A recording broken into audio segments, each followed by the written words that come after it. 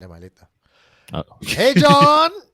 Hey. Welcome back to Friday Night Live, baby. It's been a long time, man. It's been a long I know. time. Today I was Did just, you miss us? Did you miss us? Did you miss us? I was thinking about a song to sing, right? I have tons Aiyo. of songs in my head, like, okay, which is a good first song, which is the Valentine's Day song. Should I do a Chinese New Year song? And then I decided You to spent the do. last few months planning this, right? Yeah, Did you? yeah. I planned Yeah. everything, Okay. but it was last minute that I changed my mind. Mm-hmm. I see. So Okay. today, And what is it? I'm going to sing the song for you. You try to guess it, okay? Aiyo. But I mean, what? Guess what type of song you're gonna sing? No lah, guess the actual song lah. It's based on What? the real song. You will know it's a classic. Wow. Actually, you've sung all your cult classics already, right? No, still- Okay, I'm gonna say, Unforgettable, Mm. Nat King Cole. I They're don't know kind of why. the same speed, but not. This one is yeah. Okay, I'm gonna start. Huh? Okay, come. This is for you, John. When I think about Friday Night Live, these words came to mind. It still feels like our first night together. Feels like the first show. It got better, baby. No one can better this. Still holding on. You're still the one. I'm sure I got the song wrong. Anyway, let's get straight to the movie. Unbelievable. Countdown.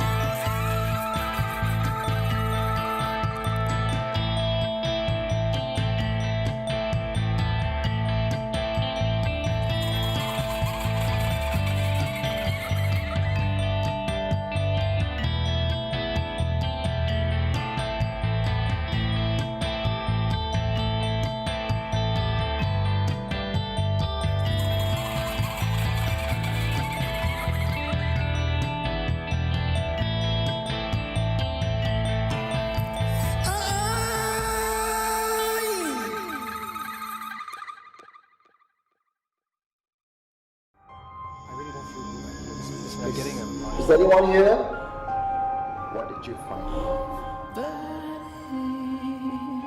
You are listening to Supernatural Confessions. And welcome back to Friday Night Live, ladies and gentlemen. With us, your host, I'm the Prince of Paranormal, Eugene Tay, along with the Immortal Jonathan Lim. Welcome back, everybody. Okay, I have to say thank you for that song. It took me quite a while to recognize the song, and just as I recognized it, it ended. So, yeah, thanks for that tease. And happy birthday to you, John. Oh, yes. Happy birthday to everybody. Today's a very special day. Mm, Hey, do you think that the veil is thinner today than any other day of why? the Chinese New Year? Why? Huh? Don't really? Because, I mean, Ren, right? So, are the ex-Ren also included in the celebration or not? Wow, I didn't think Do of you that. think? Leh. Yeah, should be, right? Then You do we know? need to burn sound Oh, anything for them?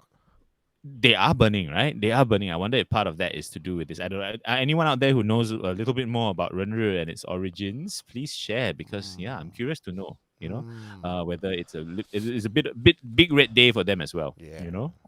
But wow, it's good to be back. It's good to I be just back. How never. long has it been? It's been 1 week. I was waiting for that. I was 6 waiting for that. 6 But okay. January we had our live show. So we as Mhm. people, you guys got a bit of fixed.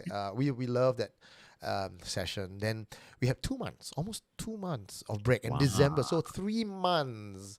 And people Mm. asking, are we starting 9:30? No, it's only because today is the first episode, Mm. and we know we're going to overrun. And we don't want to overrun past 12 o'clock because we know that you all, our demographic, you're not exactly very young people, so you need your beauty sleep. I don't know who you're talking about, but yes, sure, agreed, And also, agreed. you may all realize that the featured confessions start at 11:45 a.m. today. AM, 11:45 AM. Yes, because I put the wrong time. So we can carry on for a long time. Okay, it's 12 hours. Okay. So Wow. if you But guys have watched it everyone out early, there, yeah. yeah, but everyone out there who came for the live show, I think we want to say an extra big thank you to all of you, right? Because we missed you so much that it was kind of nice to have that party, right? One Yeah, chance to all party yeah. together. So thank you very much for supporting us. And those of you who actually discovered us through the live show, welcome. Welcome. This is us normally. What we do, we're actually this small only. Right? And this is what we do. So welcome to Friday Night Live. Yeah. Yeah. Like and share this stream. The more people come on, the more discussion that we have. It will Mm, only bring more live to these stories and this confessions that we have absolutely. tonight. We'll say thank you to some people, John. Yes. I mean, okay. So we've had a lot of I think shall we say angels? Okay, Mm. let's say angels, right, who have supported us. And for those of you who are new, right, these angels have been given a very interesting hierarchy by Eugene, right? And so he's going to introduce the hierarchy of our dark angels. Okay, Yeah. so please tell us what they are and who they are. To thank the people who make this show possible, they are our patrons. Patreon. Yeah. If you want to join us as a Patreon, patreon.com/supernatural confessions. We have sentient entities: Elaine Chua, Tunku Alsatian, M. Cool Green, ZP Met, Queen Lai, Lim Teck Chuan, Elvin Sensei, VL, Casey Chan, Alexa O, Janice Ang, Jacqueline N, Yong Kwan Yu, Han J, Join, Dato Ease, and a new name this time round, Starving Jack. Wandering Spirit, Joel Go, Deborah Confield, Jia King To, Linda Hayden, LEX, Jess, Neil, Jerry Fish, Bibi Teo, Tae Hak Wee, 2 Cents, Elvin Lim, Kenny Polaris, Gianti Saritsu, TTB, Jujube Jume, ZP, Davides, Gary Fu. New names to join us this year: Isaac Lam, Martin Felony, Don Xie. Restless Welcome. Souls. We have Suchieto, Grace Chai, Candy Chia, Ron K, Jack Ong, Nicholas Pua, Burke, Serene Tan, Rachel Y, Kelvin C, Lachmi, Julian Teo, David Jelnevisk, and new name Julian. There's 2 Julian Teos, is it? Okay, I saw 2 Julian Teos in there. And also, if you want to support us in another way, it's also possible, just like how Vidya Banwell just did. Thank you, Vidya. She says, hey, you.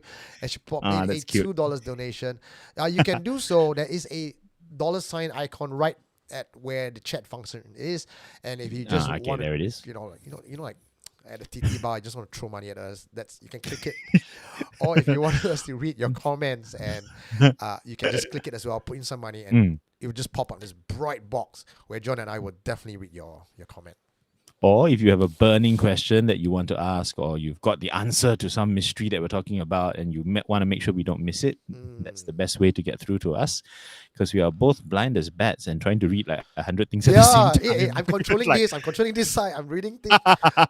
Yeah, Eugene even worse. Yeah. Oh dear, yeah. So please use it generously so that we know what's going on. But yes, please engage with us in the chat group. share, like, comment, discuss.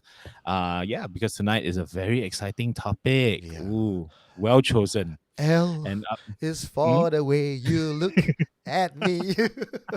are there going to be songs every 3 minutes tonight? I mean, there's so many songs I can sing about love. It's Yes, Friday Night Live, the musical. yeah, but what do you do for Valentine's Day? Do you do For anything? V Day. Yeah. Actually, I spent V Day in the depths of Fort Canning. I thought you might say Yes. that. What are you doing there every time? Because the last few months you always be like, where you go? Fort Canning. Where you go? Fort Canning. Yeah. Hot date, is it? A hot date with history. Ooh, okay, that doesn't sound hot at all. Ooh. Okay, but yeah, I've been in an underground bunker for like the past 2.5 months. Do you guys know that there's an underground bunker in Fort Canning? I think not everybody in Singapore is familiar with it, right? But it's a place called the Battle Box. Right, the Yeah. Battle Box. It's right at the top of Fort Canning. It is an actual World War II bunker built in 1939. And it was lost for like, wow, I think 30 odd years. Nobody knew where it was after the war ended. And then suddenly, like, oh, it's just right here. We've been walking past it every day, and then they opened it and it was exciting. And for some of you may remember it from your school days, visiting it as a museum, right? It was a war museum with mannequins and everything. Yeah. Now it's under new management and opened yesterday, the 15th of February, right? And it opened with a show that I wrote and directed. Yeah. And which Eugene watched. I loved it. I'm not only saying this because it's you, and because it's you, I'll be extremely honest and critical. You will not expect anything less of me, right? And I must say that if you guys have seen John's previous works like Four Horse Road, and some of his other work, there is that element of Jonathan's signature all over this as well. What does that mean? That means it's a particular show that, depending on where you stand, you will get a different part of the story. Not so much as so much variety like Four Horse Road, but in this you can go watch multiple times, and I think you walk away with different variations of the show, and that to me is a Jonathan signature where a show is worth more than just one watch. So, I mean, just to let some of you know, in case you are interested in these types of things, right? It's actually a chance for you to go into the bunker, experience it up close and personal, touch, feel, right? Because part of what the show does is also introduce you to all the various corners of the bunker and how it used to operate.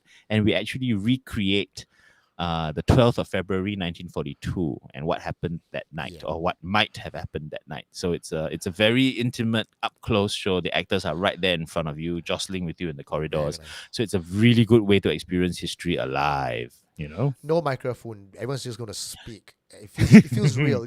I'm not going to spoil it for you, but do check it out. What is it called, John? And how can they get tickets? It's called No Question of Surrender. And tickets are at Eventbrite. Go get it, and when you're there, I believe John will be there almost every other night. I will be there. Ask him, hey, how haunted or not? Then he'll tell you some stories. yeah. Then I'll point out to you where the hantu are. But we open this next weekend on the 23rd, and then we run for 2 more weekends after that. So please come. Very good. Okay, so today we will be talking about love and different kinds of love spells. John, are you familiar with love spells? Only the ones I've used. No lah. I'm totally innocent. Really, of these bollocks things. lah. At least you would have heard of nasi kangkang, right? At least. That one is automatic one. You wish that every bowl of rice you ate was nasi kangkang. Okay, so for those of you who just joined us, by the decree of the Ministry of Supernatural Affairs, we are hereby starting class for you. So pay attention, okay? There are different kinds of love spell. For the Malays, and especially in Singapore, one of the most common love spells you can find is the nasi kangkang. What do you do with nasi kangkang?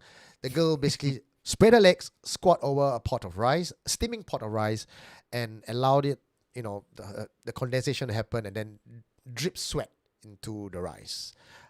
Most people just think you just do that and it works. No, I will have to tell you, based on some of my conversations with some bomos, there is a mantra to chant. And if you are extremely resourceful, there are 2 mantras that people have posted online. I'm not sure if it's still there. You can go and check it out. Okay, I'm not sure if they worked. If it works, let me know. Are there like TikToks of people demonstrating how it works? I think maybe OnlyFans lah. Come on, I Category. mean, how-to videos, right? Yeah. Is important, right? Yeah, somebody, some blogger, some influencer ought to do this. Okay.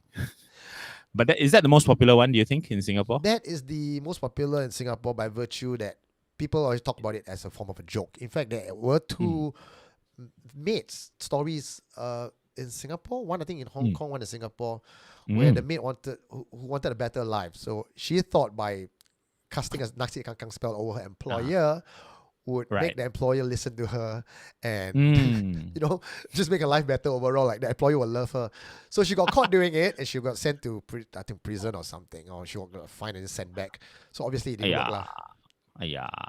No, it didn't work because they didn't eat the rice, ma. Cannot caught before that. Does it only work with rice? That's my question. Maggie mee can. Can lah. I think then it become like Maggie Kangkang. Maggie Kangkang. Maggie Kangkang Pattaya or Maggie Kangkang soup. Yeah. You know? If you got the menstrual blood somewhere, it's like Maggie Kangkang Merah. Merah. I love it. Okay, the Nasi Kangkang cookbook will be coming your way soon. Okay, but the Chinese also, they actually have love spells. Of course. The Chinese one is more of the Mao Shang art of love spell casting. Not the durian, huh? No. This one you cannot do it yourself. You need to have a master to conduct it for you. But it requires a strand of hair, a photograph, and it uses talisman and red thread. Some people even claim that if you pluck the hair of the ones you love, tie it around your finger, your forefinger, the person will fall in love with you. And I remember trying this last time when I was young. It didn't work. Oh. Yeah. What went wrong? I don't know. I maybe never chant anything lah. I mean, you just put the hair around the finger. It's supposed to work. I was primary school or something like that. I mean, I was watching some show and they claim. Anyway, you started very young, huh? Yeah. Most severe cases involve putting hair, nail clippings in the doll along with birth date and time. That one a bit more keras on, huh? So I think some of these confessions that we're going to tell you today might have some of this more hardcore rituals involved in it. Yeah. The next one, besides Nasi Kakang, that is also very popular, is the Naman Prai. You heard of it? Okay. Corpse oil. No, it sounds like a delicious dish. Corpse oil, corpse chin oil to be exact. That one, yes. Yeah. Okay. So I'm not going to get into details how they actually do it. There is a link that if you want to, I may just pop it into our Facebook group of Supernatural Confessions. Someone actually wrote out a very detailed article of how it's done. The short version, the short version of it is someone died of tragic death. You go to the cemetery, you unbox the coffin, you put some magic candle under the chin with some other ingredients, burn it, drip out, put into a bottle, and with the right prayer, you can take this oil, rub it on someone, cast a spell, and that person will fall in love with you. By far, in Singapore at least, or in this part of Asia, Naman Prai has had the highest hit rate. People believe that stuff works, and it's still very much available in shops these days. I mean, it seems to draw on a much more potent kind of power, right? Because you're talking about power from beyond the grave. It's not a sympathetic magic. It's not symbolic, right? It's something very spiritual, So yes, it sounds very powerful. It sounds powerful. Okay. So, that's my choice. Okay. Well, there's a few others for you to choose from as well. I'm offering you an international buffet menu, or at least an Asian buffet. The next one is all this will be available on our online store. Product. This one is Jampe Pellet. Okay. Sounds Indonesian. Indonesian, correct. This is the old Indonesian. There is an old Indonesian saying, "Cinta ditolak," means love rejects. Dukun bertenda, the shaman projects. So if someone rejects you, go find a shaman or a dukun to do it. Okay. This one requires ritual of your intent, because requires you to fast, and ideally with the help of a master to chant the mantra over and over and over. Involves planting an item outside the victim's house or letting him or her wear something. Wear something. Okay. So like you could, for example, maybe you sew a handkerchief. You say, "Oh, darling, this one's for you. I sew it for you." And the guy, "Oh, thank you." He puts it in his pocket. Kena. I see. Or you put a little band or hair clip. And you say it's for you as a gift. Then it will be very rude to throw away, right? She clip, kena. Wow. This one is quite inclusive because opposite sex got different mantra. Same sex, if you want to cast on someone, different mantra. Okay. Fair enough. Okay. Inclusive. Very good. Some of them actually requires name. You can take underwear. Like the more personal items you offer to this, to the dukun, the more powerful Yeah. the spell is. So like if you can get someone's undergarments or hair or Mm. nail clippings, done. Or even birth time. So sometimes you don't want to give people your birth time because with the birth time, birth date, your photographs can cast spell. Who knows their birth time? Do you know your birth time? I do. Oh, okay. Then you watch out. Oh. Oh, is that why none of these spells have been cast on me? Because I cannot remember. I keep You giving immortal, wrong I don't even know your birth date. 19XX. Oh, not yet. Not yet. My Yeah. birth time is not yet. Yeah. Okay. Wow. Yeah. No. Okay. I'm still liking the third one. C is still my choice. Which one? Number try. Yes. The With hardest egg. to make. Yeah. Corpse oil is best. Yeah, I'll tell you a story. This true story, John. Okay. Mind, I'll tell this when our guests come on because I want to see their reaction. It's about them. Huh? Okay. It's about them. Okay. So, ladies and gentlemen, anything? Because I was reading, I didn't get a chance to read what anyone is saying. Did they text anything? No, I mean, there were some very nice questions. Lincoln was asking about my show and all that, so I was replying to him. Yeah, but yes, okay, and of course our guests have already sneaked into the chat room, so everyone knows they're there.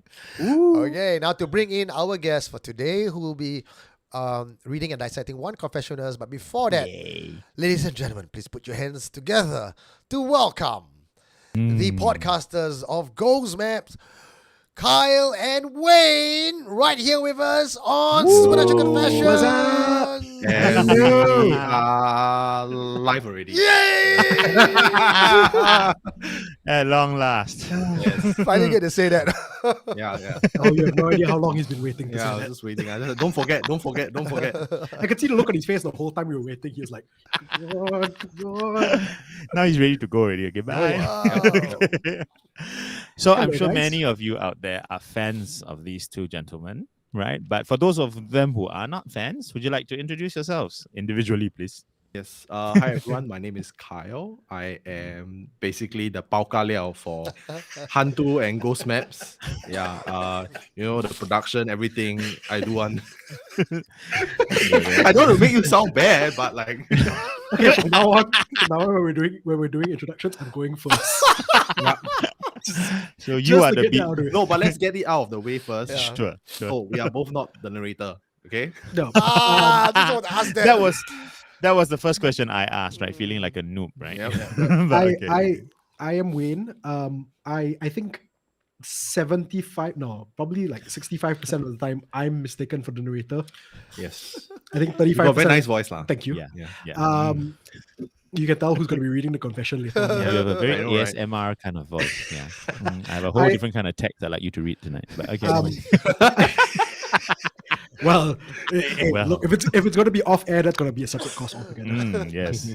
Um, Get ready to kang. Okay. Yeah, well, as it turns out, now I'm just pimping my own phone sex. But yes, tell us more. Yes, I am the writer of Ghost Maps. I do everything else, which is apparently not that bad. No. He is everything else, right? Is basically he make the story right that makes sense, which I think is very important. That's the- Writers are very underappreciated. Yeah.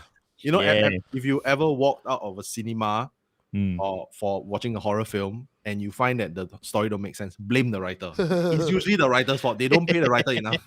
But if it's good, also blame the writer. No, if it's good, then you say it's all the writer's credit. Yeah. Because the If it's story- good, give credit to Yeah, writer of as well. course. Yeah. If it's good, the director gets a credit or a good direction. Yeah, the director gets No the lah, credit. overrated already that one. Wow, you are never going to meet James Wan if you get this up.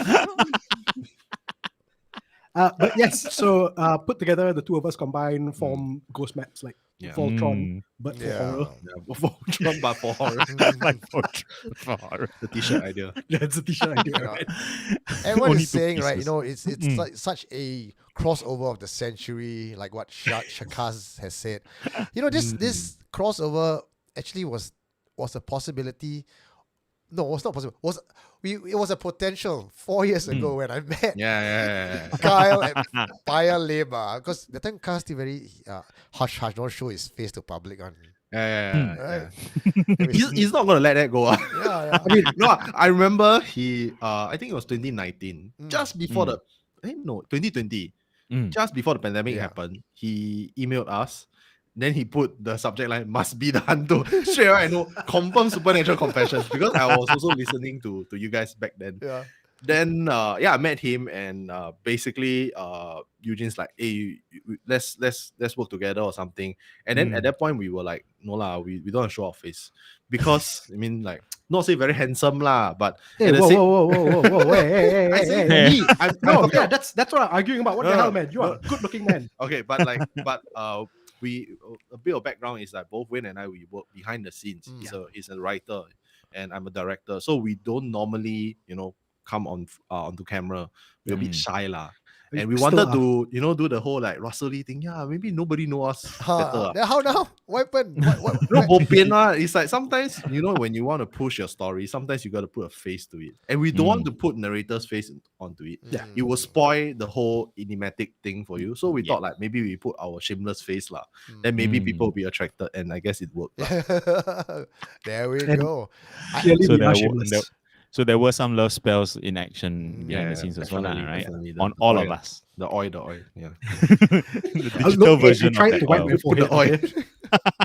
Have you guys, Your heard of the oil? I mean, I assume that you guys have heard of the love spell oil and all that before, right?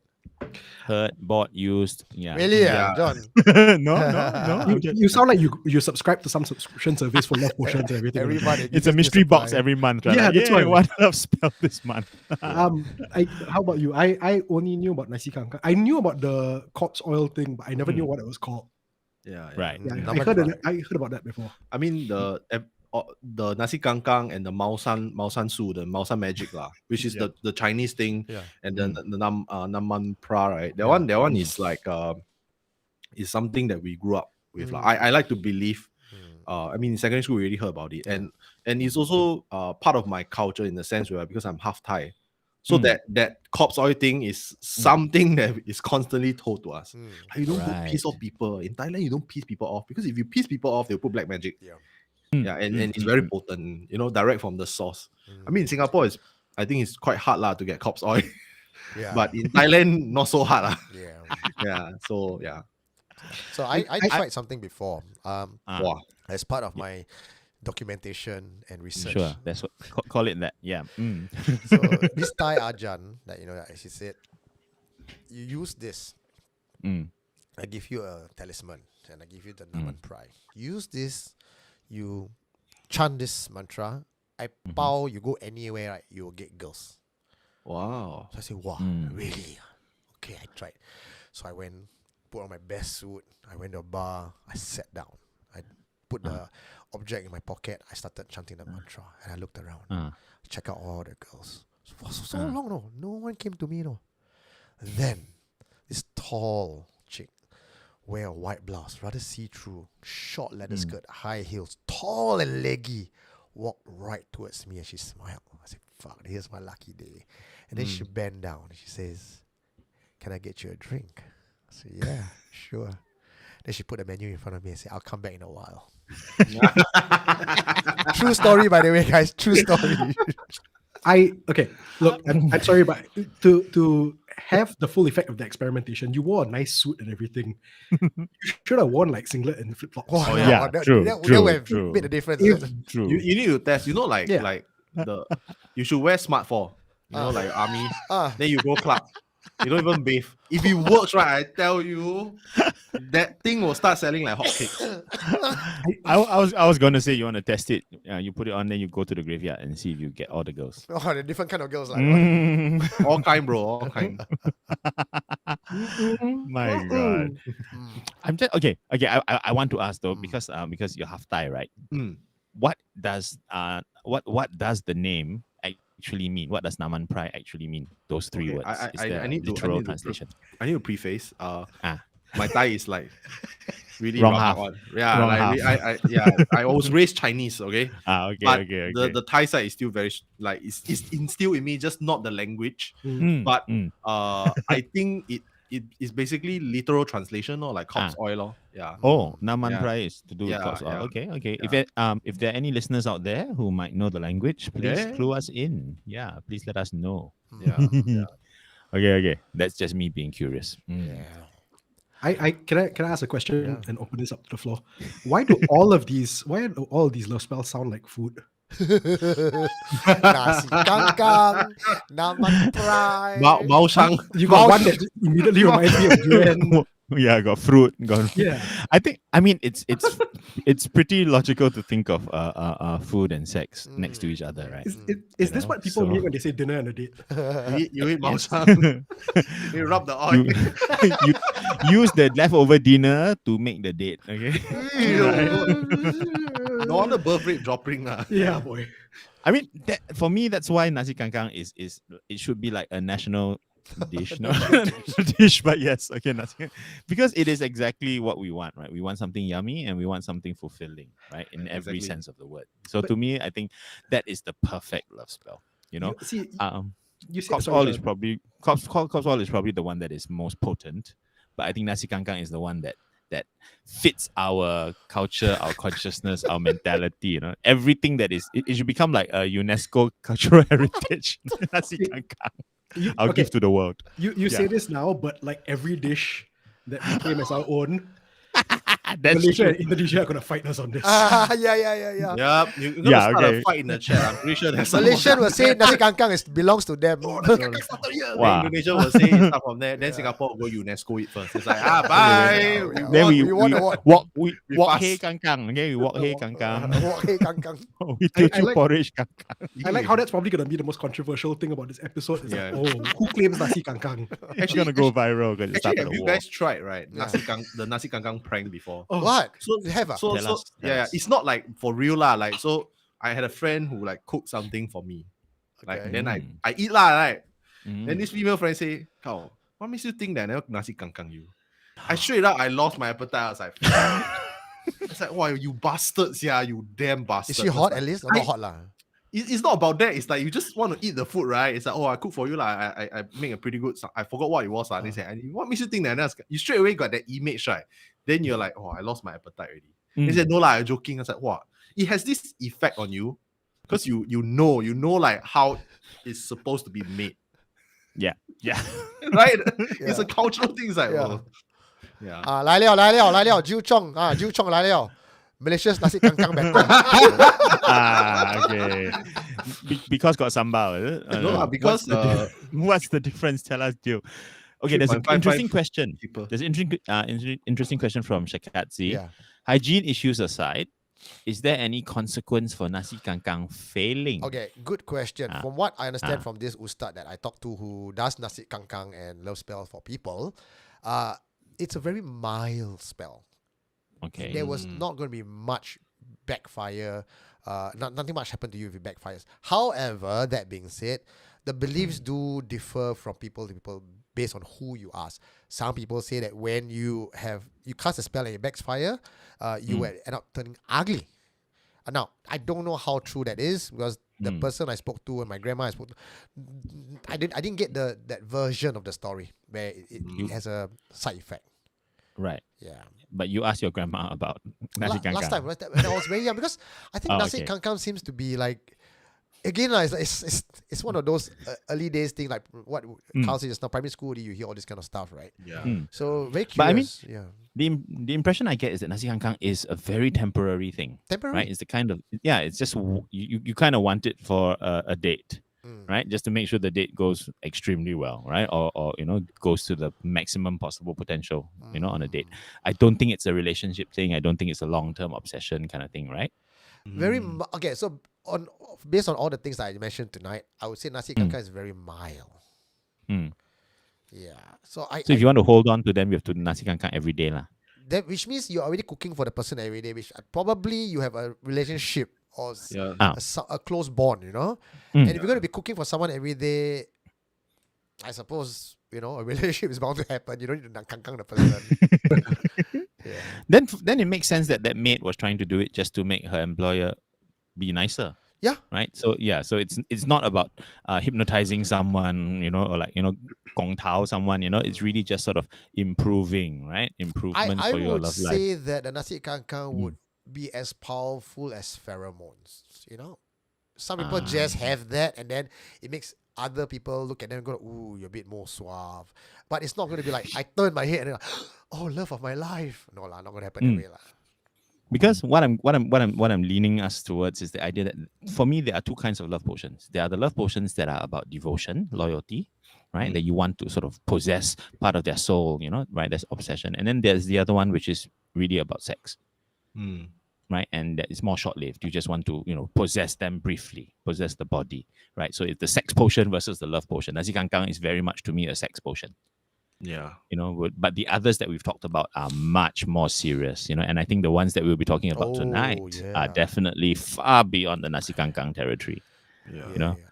Well, Right. Because the Mao Su is also can be quite serious. Mm, Depends on your purity. Mm. Like, I have friends who also know a little bit about that. They say like depends on how pure your soul is, then it will channel the potency of the talisman. It's like not all magic is equal. Some magic is higher, some magic is lower. So I also feel that the Mao Su can be quite garasa. Because I mean it deals with like the essence of the person, right? What you really are. Whereas I suppose the nasi kangkang is whoever eats it kena lor, right? So if you cook one whole pot, then everyone kena. So to me that's kind of Everybody like random.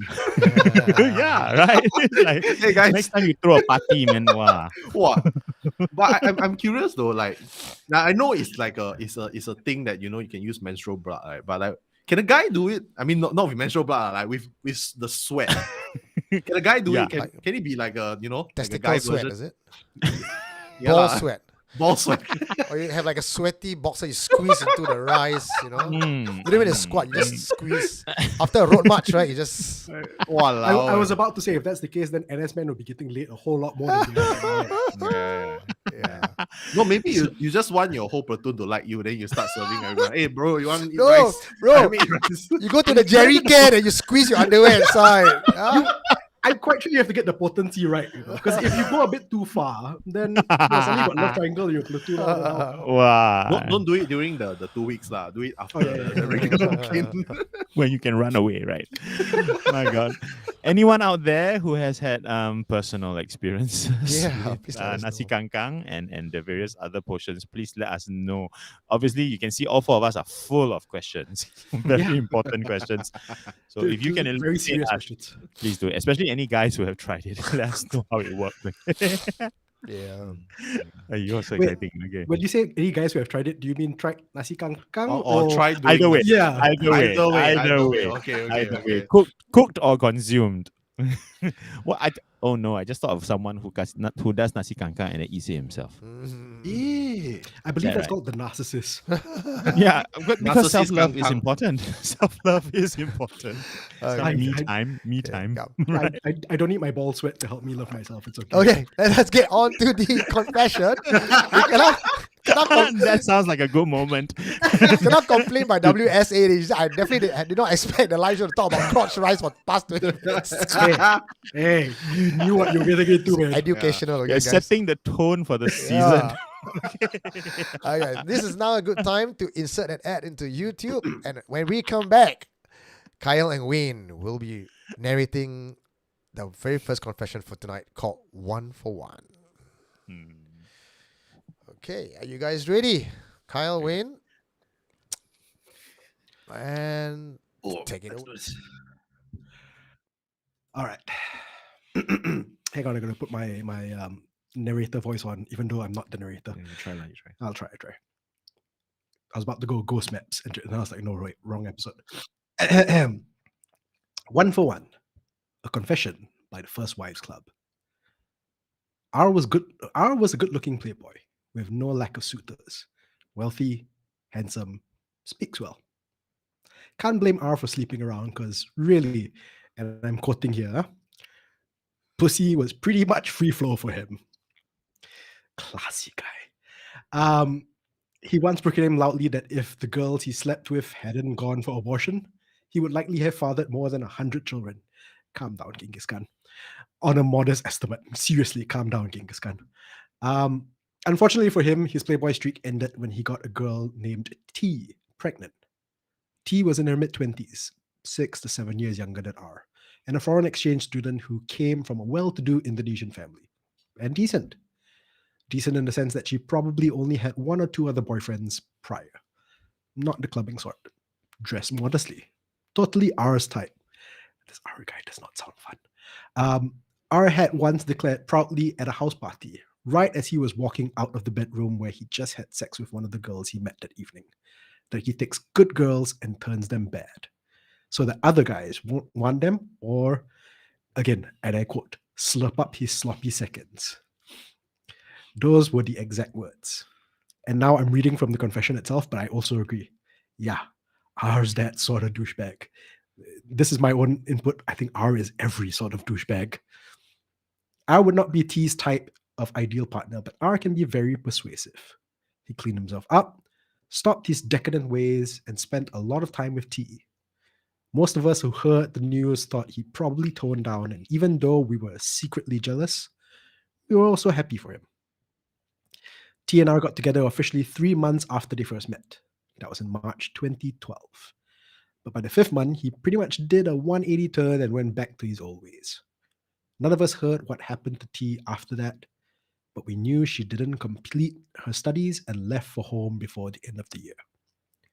At this point, none of us really thought that much. This was classic R at his best, or worse, depending on how you look at it. We were also young then, and many of us who had slept with R, we knew what we were getting into. But thinking back, I think all of us felt like we were going to be the special one to change him. Only T managed to do it. The following year, R stopped partying, became depressed, and avoided social gatherings.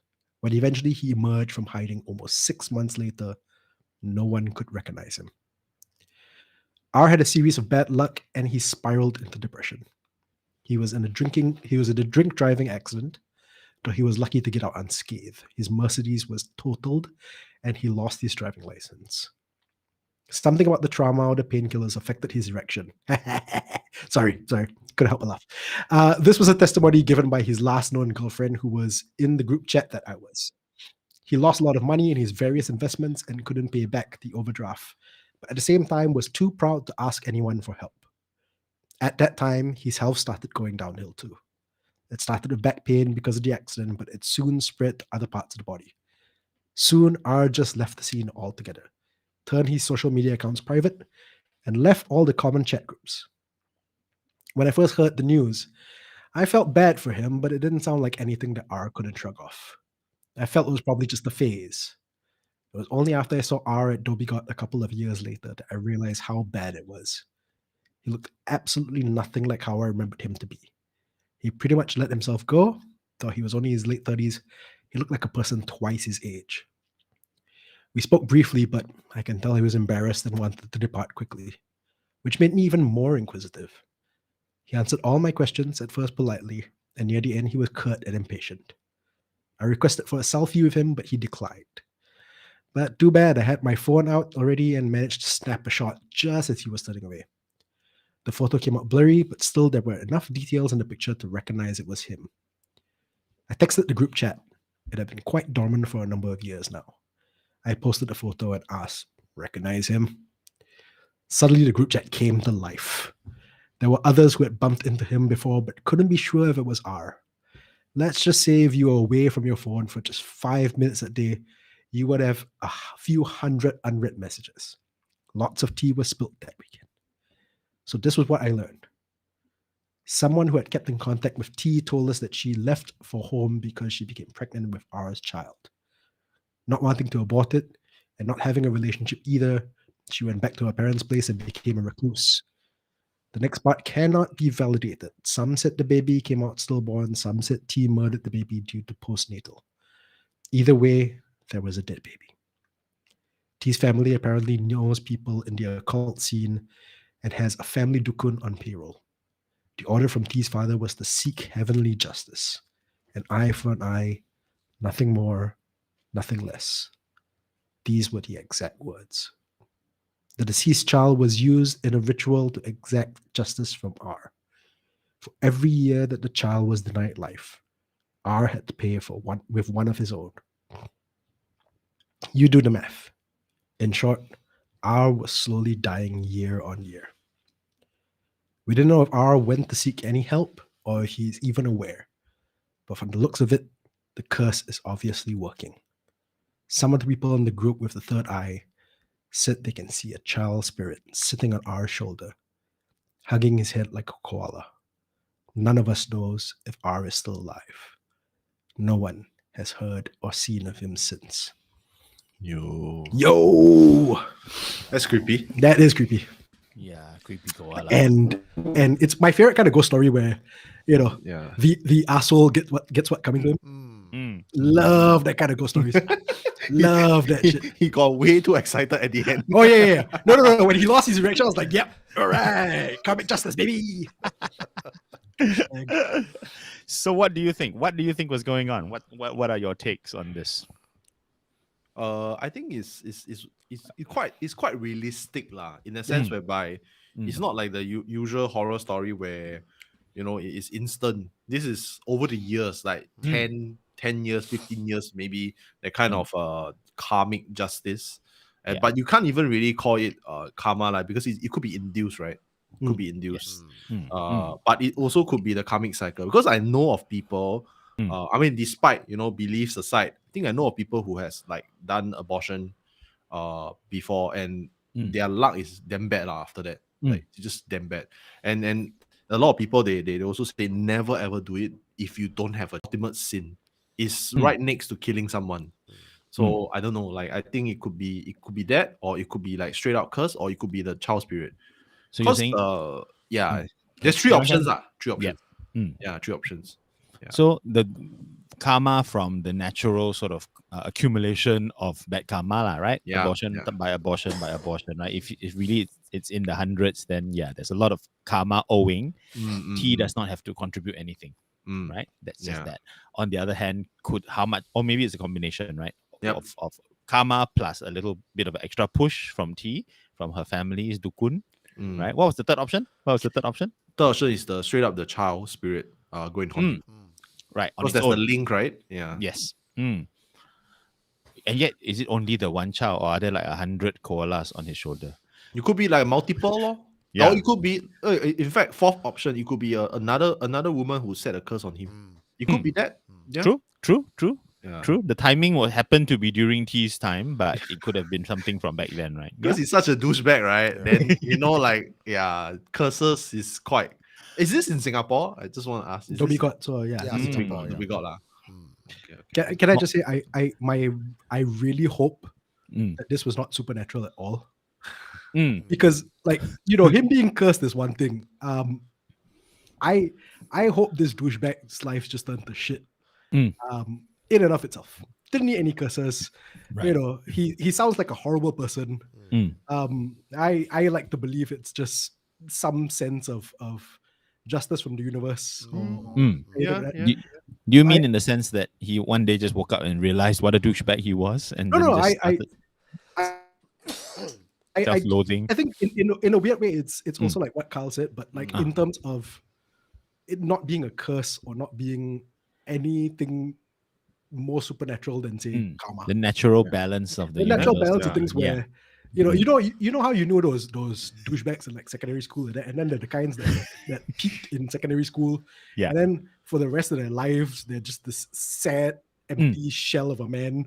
I hope there's this guy. I hope there's this guy, because it's the supernatural side of things will be it's a good like scary kind of thing, but also at the same time just knowing that the idiot did this to himself. I mean, like, if you are mean to enough people, over time you're gonna screw up your own life, right? I mean, you run out of ways to, and then you go down the hill, and then it could be just purely that, right? It's not even. I totally agree. I think that the seeds of self-destruction, right, are already in him.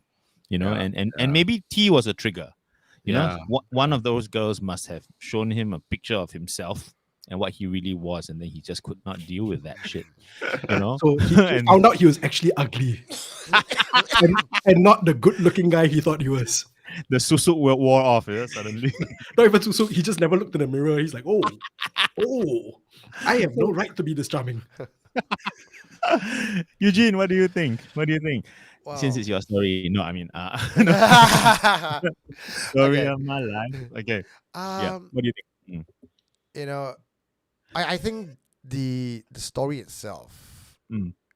that it leans towards black magic, because when you hear of a guy like that, everybody wants him to get his just desserts. But hearing what you guys have put forth, it is a lot of possible options, and there's not enough evidence in this confession to say it is one way or the other. It could just very well be he's sway law. Let's assume, right, no black magic, right? Then it's just that part of your life where you got up, you got down, right? So this part of 10 years where you cannot accident, you cannot this, you cannot everything, and it seems like R is the person who has never had hardship in his life. So now he got a bit of hardship, he just spiraled. That could be it. And I think where Wayne is trying to suggest is that sort of universal retribution where no one has to do anything to you, but you fuck yourself over. Seems to be the most most satisfying. But also then we start looking at possible black magic at play. So I'm gonna go down the list that you guys talk about. The other is you got 100 over girls. It's very hard to find a usual suspect because there's so many people who just hate you now. Collectively, people don't even need to cast black magic, but a collective hate. And we understand how energy works, like religion, where people come together and they pray. That power of that prayer collectively manifests something. So if you have 100 girls from the First Wife Club hating you, T doesn't even have to do anything. Or could the 100 Wife Club already be chanting and hating you, and it's just like at the verge of the dam, and T had to come in, use a spell, boom. Justice is served. And I like what the father said, an eye for an eye, no more, no less, heaven justice. It's I'm claiming what is rightfully mine. So from a spiritual angle, the question is, when we say, we use black magic, would there be repercussions? In this case, in this confession, it doesn't seem like T would have any repercussion because she is only asking for what is rightfully hers in the first place. A year of my child's life for a year of his. Yeah, so I'm leaning towards the spiritual side being at play here, but it may not just be the only thing. He was already primed to be fucked over, and T was that last nail on the coffin. Yeah. So you're thinking that the child that was glimpsed was T's child? Hard to say because I know. Okay, so this story aside, like talking about anecdotal evidence from other cases where we deal with people who have abortion, the children tend to follow. Yep. Right, but they don't always follow the father; they follow the mother. Yeah, that's why it's kind of unusual here. Yeah. So for this case, seems he has something clawing his head, and taking the evidence that it was actually sent by T. Then I would lean towards that child who's hugging him would be the one that he shared with T. Otherwise, we would have seen maybe like 20 other kids around him. Correct. Yeah. It's quite an unusual bit of supernatural, right? That's happening to him. Yeah. Can I throw out Yes. an actual supernatural theory as opposed to me going ha ha ha? Okay. Finally came back to come, my ass. come. My supernatural theory is that so they were saying like a year for every year that his child was not alive. Yes. I think maybe that's I like to think that it's the year thing. This is my pro-choice take on this. My pro-choice take on this is that for every year that he loses, it's for every year of a woman's life that he caused them grief.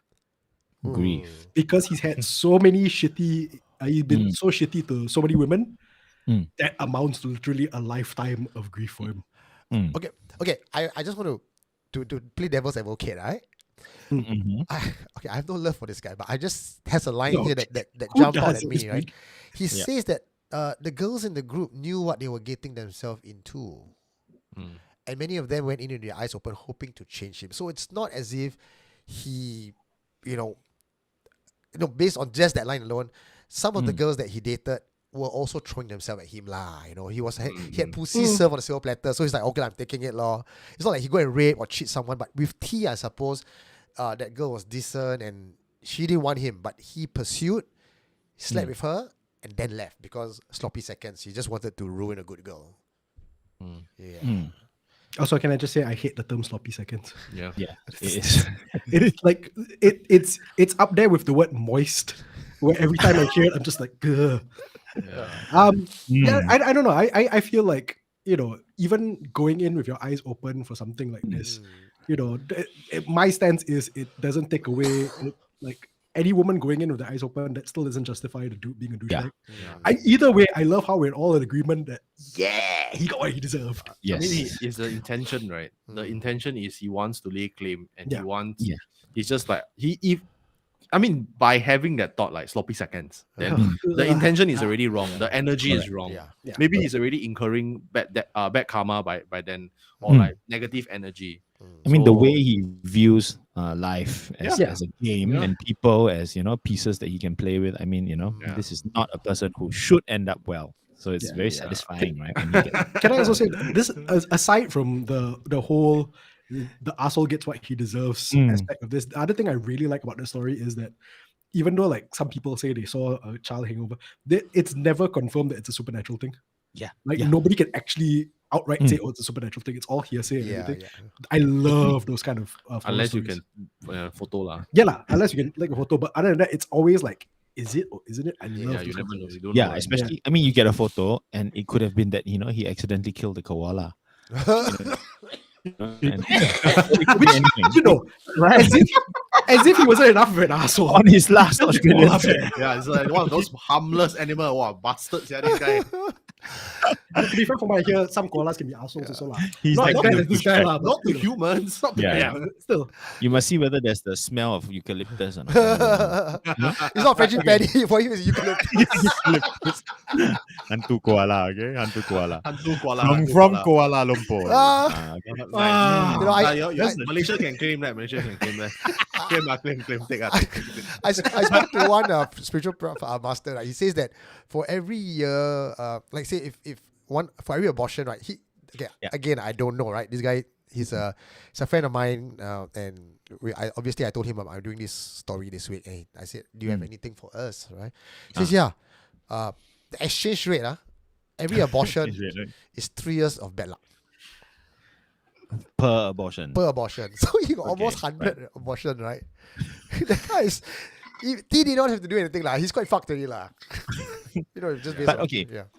Since you bring it to bad luck, right? I've actually been staring at this sentence for a while, right? And to me, if you don't consider the Hantu Koala aspect, right? This line, R had a series of bad luck, and he spiraled into depression. Yeah. That's it. Yeah. It happens to a lot of people all the time. Yeah. Right? You know, and it's only because of one, the desire to see him punished, that we would rather he be punished cosmically and, you know, supernaturally. And also, I think wanting T to have her victory, right? Yeah. You know, wanting T to have her way. So we would like it to be supernatural, you know, but actually the story is not unusual. Correct. You know? Yeah. Yeah, this kind of thing happens all the time. And this is based entirely off the ex-girlfriend's collection of anecdotes from a group chat. That ah. chat group. So, I'm very curious what that chat group is. yeah. Yeah. So there's like going to be chalet. a lot of spice and sugar. Can join. Yeah. But I have some personal connections to stories that is similar to this lah. Like douchebag, then at the end, very bad lah. Everything is bad for the person lah. But the person would never say. We keep asking, okay, why your life so rabak now? Like why you used to be, you know, so good, you got money and all. It's always like the you know, the high flyers. Yeah. At a certain point, wow, they earn a lot of money, they got women, everything. Then suddenly it just come crashing down. Yeah, fucking And then bankers. deep depression. Sorry. Maybe, but we keep asking, like, what did you do? You confirm got do something, right? Like that's why you're so sway right now. But he refuses to say. Like it's confirmed something very shameful. Yeah. And I apparently some of my friends say that he did seek spiritual help, not just one, a few. Okay. He said, got one thing, something is following him. then he's quite keras one. Want him to die. Ah. Yeah, it's one of those. Anyway, I think because we are such nice guys, thank you, Samuel Yen. He has popped in $50 for us. Oh, thank you, thank you, thank you. Samuel, Big pink color box that pops out. Number 5. Ooh, very, very nice. Fifth super You're- on the live stream. you will be receiving a delivery of nasi kangkang from someone soon. Which As a thank you. You'll which never say delivery who. service does nasi kangkang? Which delivery? One of us will have to provide the boxer. Then we'll send by okay. Grab delivery. You won't know. Mm. If you one of 4 of us, like you won't know who. Samuel. Yeah. It's like a blind box opening. You got to pull his way. Collect all 4. Squeeze first. You make it sound like Pokemon like that. So it's not Deliveroo, it's kangaroo. Kangaroo. Hopping your way. I love it. Okay, please let us know if you have any thoughts about what happened to R, who's convinced that it's T getting her justice, right? That her father wanted for her, who thinks that it happened naturally, right? Someone just said something about constant erection, so I got very distracted. I saw erectile dysfunction actually. Yeah. These are the words that catch the eye, right? They're hard to miss. Oh, okay. Saying that erectile dysfunction was the ultimate karma. Yeah. Of everything else, that's probably the worst for him. Ajit wants to know Singapore exchange rate. You got ask the Bomo. I say 1 to 3. 1 to 3. Yeah. Probably the hell is it follows the Malaysian currency. Now got GST some more. So Wow. Edit 7%. What?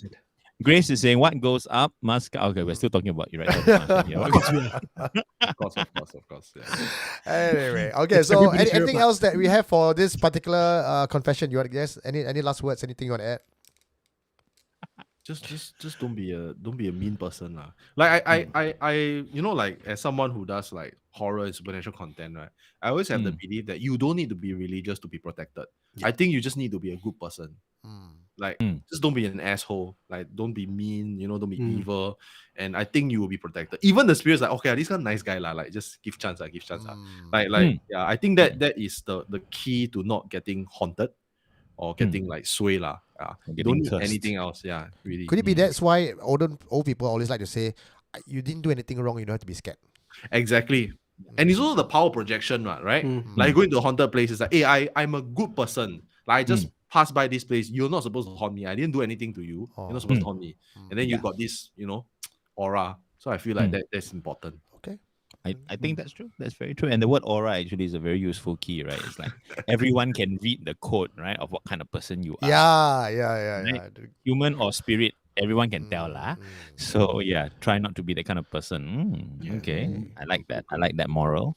Yeah.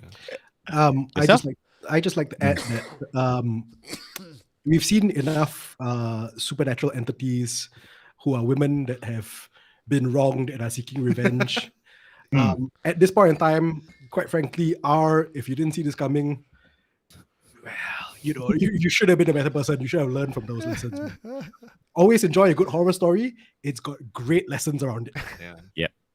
Totally agree. I see Wayne is like, this pro female hantu empowerment. If you are dead and you're a woman, Wayne has got your back. This is why I said I had that my own additional commentary when I was reading that story, because I was like, this R guy, I don't like him already. Yeah. It touched you closely. I mean, I think this is a very good start, because I think we are already talking about the territory of how ghost stories teach us to be better people. Yeah. Right? Because that is the origin, right? Why do we tell stories at all, right? Is to demonstrate behaviors to do or not do what. Right? And ghost stories are the best ways to teach lessons. Oh yeah. Absolutely. Well, speaking Wow. of Okay. ghost stories and tales, what are you guys up to these days on Ghost Maps? Tell us what's coming up. Loving the segue by the way, Eugene. It's very clever. Super smooth. I love it. Speaking of koalas, tell us what you're doing next. You just threw the segue off completely. Yeah. I mean, maybe we can ask the chat lah. Yeah. So we are doing a supernatural show. It's actually already out already. It's We've got incredible. It's very incredible. Wow. It's It's great. starring one of the most handsome guys I ever met. He's truly utterly gorgeous. Yeah. And we have a very special guest who is Eugene. He's also on the show. Oh no, so the handsome one is not me, is it? You are the handsome one. You're handsome. You're handsome. But one of our most regular guests on the show is Doom! This kind of handsome. handsome. Nice. Wow. The guy that never aged on. He's like 20 years, he still look the same. Yeah. You'd be surprised that you wouldn't be surprised. That's the comments that we receive the most on the videos. Ah. Just for anybody who's still not sure what it is we're doing, Kyle and I are working together with MediaCorp to do a series called Tales from Incredible Tales. Yeah. It's a retrospective series where we look back on episodes of that cult classic that we all love, Incredible Tales. Yeah.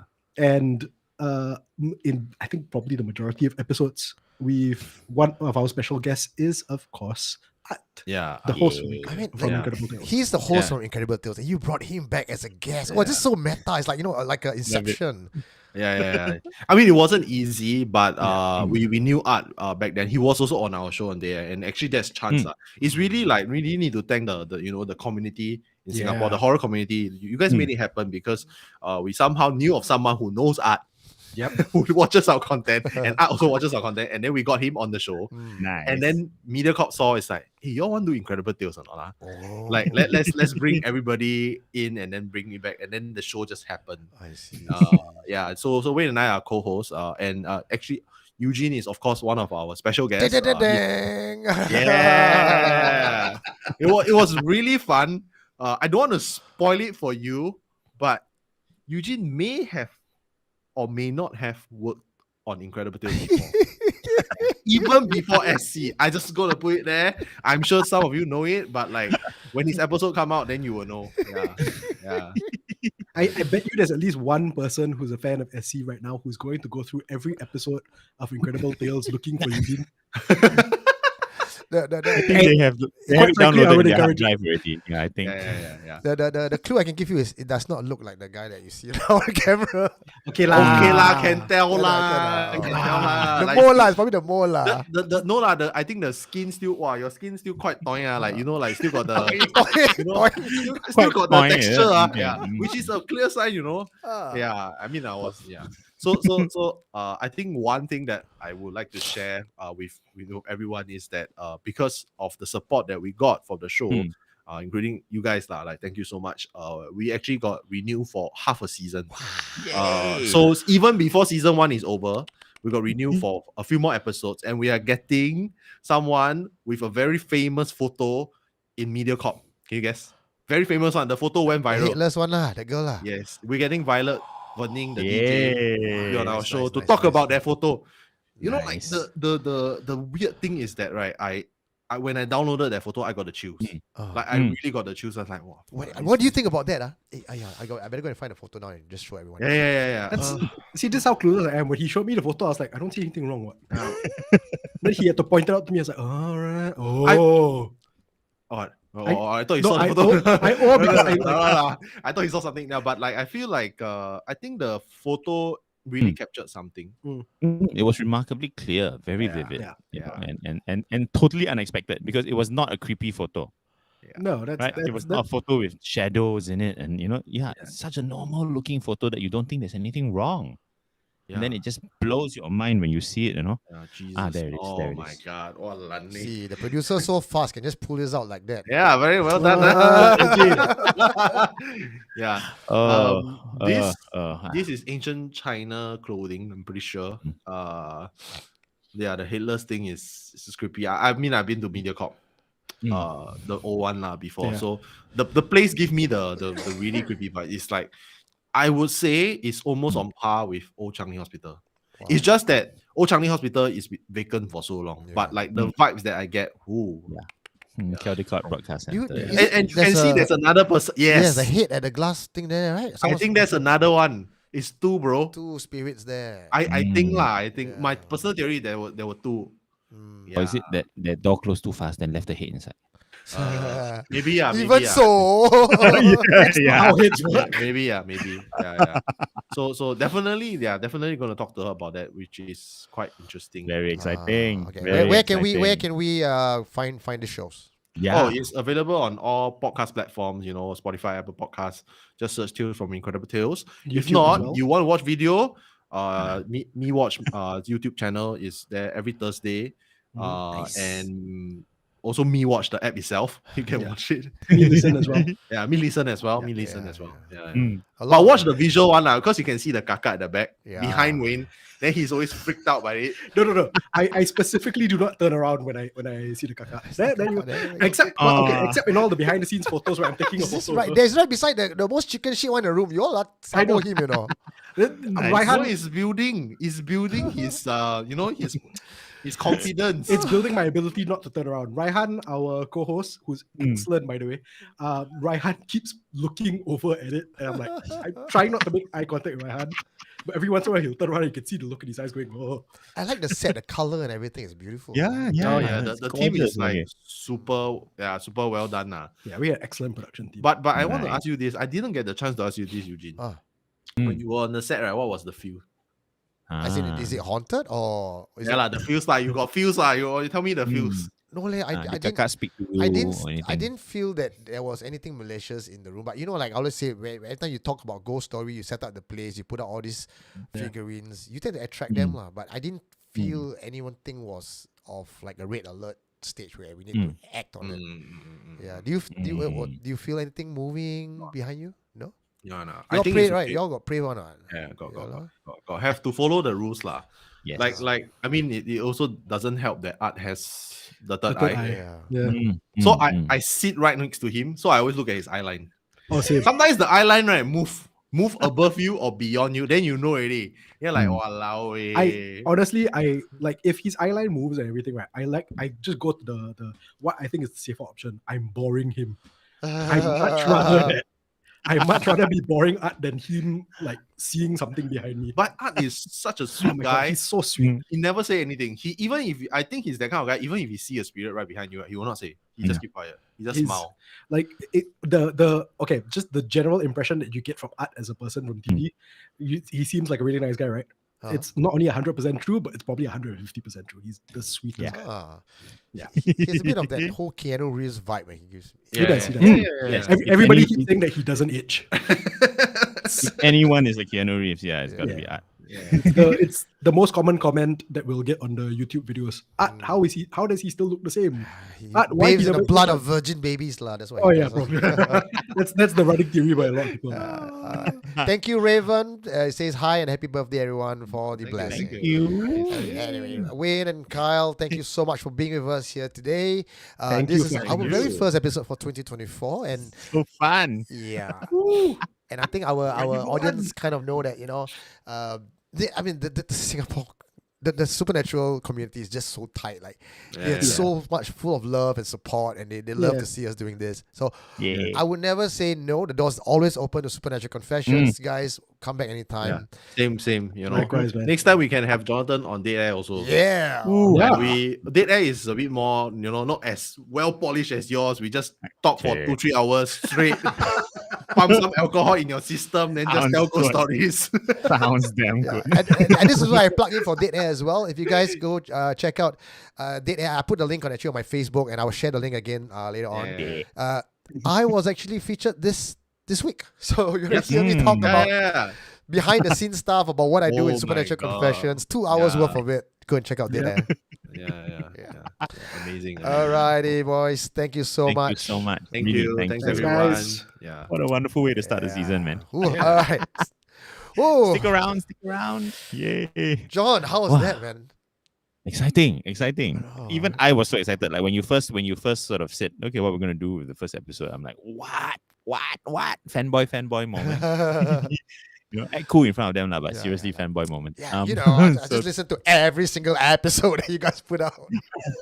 yeah, nothing much, like a poster T-shirt. Yeah, and all the merch. Yeah. But yeah, I mean, that was nice and genuinely great, guys, and genuinely, I think, understanding not only a lot about the supernatural, but also why we are fascinated with the supernatural. What it does to us, what it does to the way we think and the way we behave. And that's my kind of thing, right? That's my kink, right? What's behind the stories? Raven, kurang hajar tau this Raven. What she Why? said? Why? She said, Art the Immortal. You got one Immortal here, you call Art the Immortal? Mana boleh? It's okay. It's okay. It's It's okay. okay. Because as Marvel demonstrated, the Eternals. Okay, plural, The plural. Okay, can. Immortals. Okay, lah. Yeah, Okay, I can share. can share, Can can share, share. can share. Can share.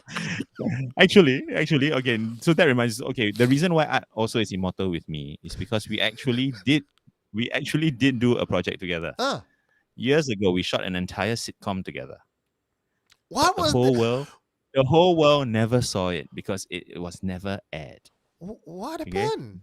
it's an amazing mystery. There's an entire sitcom, I think 12, 13 episodes, Huh? finished it, and then it never aired. How come? How come? And all the big names were in it. KCU, Karen Tan, Moses Lim was in it. Huge production.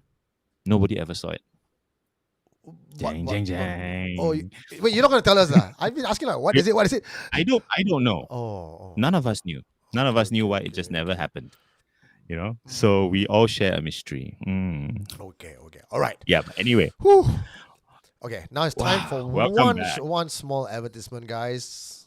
We'll be back after these messages. Thank you for listening to the Supernatural Confessions podcast. If you are enjoying the show and would like to support our efforts, you can help by giving us a 5-star review or by becoming a patron by signing up for a monthly membership fee that starts from as low as $5. Check out the perks at patreon.com/supernaturalconfessions. That's patreon.com/supernaturalconfessions. Or if you feel like showing a simple gesture of appreciation, you can buy us a cup of coffee or two at buymeacoffee.com/superconfess. And now, let's get back to the show.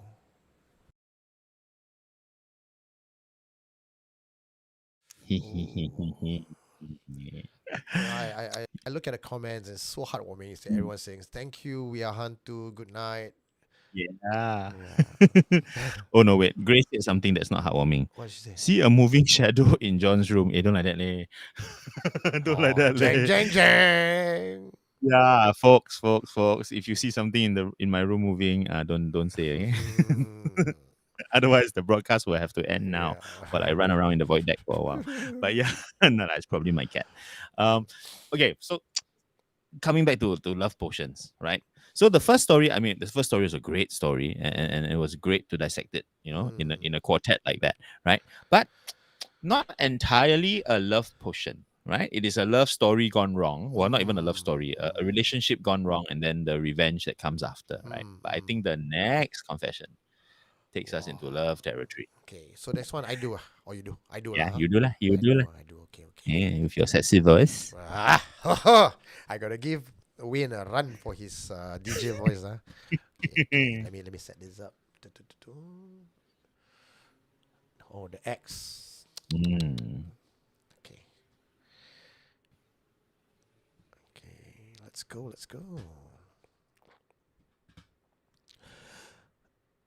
This story is titled The X, Confession by KJ. Hi Eugene, I would just like to be known as KJ. If you know anyone who can help fight or break this curse, please refer me to the person. I believe my girlfriend's ex has placed a spell on her. When I first got to know her, she was going through a bad breakup. Her boyfriend had been abusive and controlling. One day she decided enough was enough. So she packed her bags and ran away when he was out. She even quit her job just to avoid her ex. Despite having no savings and no family to turn to, she was putting up at a friend's place temporarily, and it was through this common friend that I got to know Mai. I fell in love with Mai the first day I met her, and I believe she loves me too. I offered my place to her because it's not likely that her ex would come to find her there. Mai didn't need to work either, even though I wasn't earning much. It was sufficient for the both of us, at least for the interim. Mai and I started dating officially about a month after she moved in. This was around July 2023. She didn't seem to want to talk about her past, and I didn't push the matter either. I reckon she must still be traumatized by everything that has happened and trying to piece her life together. Everything was peaceful till around October period. One night, Mai just sat up from bed and said she missed her ex. I was heartbroken to hear that, but I kept a straight face. She was finally opening up, and I told myself that I can be the bigger man and let her talk about it. After all, she's with me now. After what she had gone through to get away from him, it would be insane to go back. That's what I told myself. But the intensity only escalated. What started off with just simply reminiscing about the past became a nightly. Excuse me. Yeah. Oh, where was I? What started off with just simply reminiscing about the past became a nightly obsession. Okay, but the intensity only escalated. What started off with just simply reminiscing about the past became a nightly obsession of her calling out his name and crying and insisting that I take her back to him. At times, it was like she didn't even recognize me. I told her I won't let her go. And I held her down, struggling and clawing until she fell asleep. I would have about 2 hours of sleep on average every night. This took a toll on my mental health and my work performance. Each time I left for work, I feared that she would just pack her bags and leave. But the funny thing was that during the day, she was okay. Couldn't remember anything she had said the night before. When I told her what she had done, she told me that I was just making it up because there's no way she was going to go back to him. It was a very confusing time for me. It felt like I was speaking to two different people. The relationship started getting rocky. We were fighting almost every day. I told her I didn't want her to see him, but she said she needed closure. And then the next day, she would tell me to lock her at home to make sure she doesn't leave. And when I did that, at night, she screamed at me that I'm no different from her boyfriend. But by the next morning, we would make up again. I eventually confided in my friend what was going on, and she said that it looked like Mai was under a love spell. It was very likely that her ex had her hair or clothing and photographed and using a powerful spell to draw her back. My friend said she would ask around for help. That time, I hadn't heard of supernatural confessions yet. Unfortunately, before I was able to get any help, Mai packed her bags and left in the middle of the night. The next few months were very painful. I have never loved anyone that deeply, and I was sure she loved me too.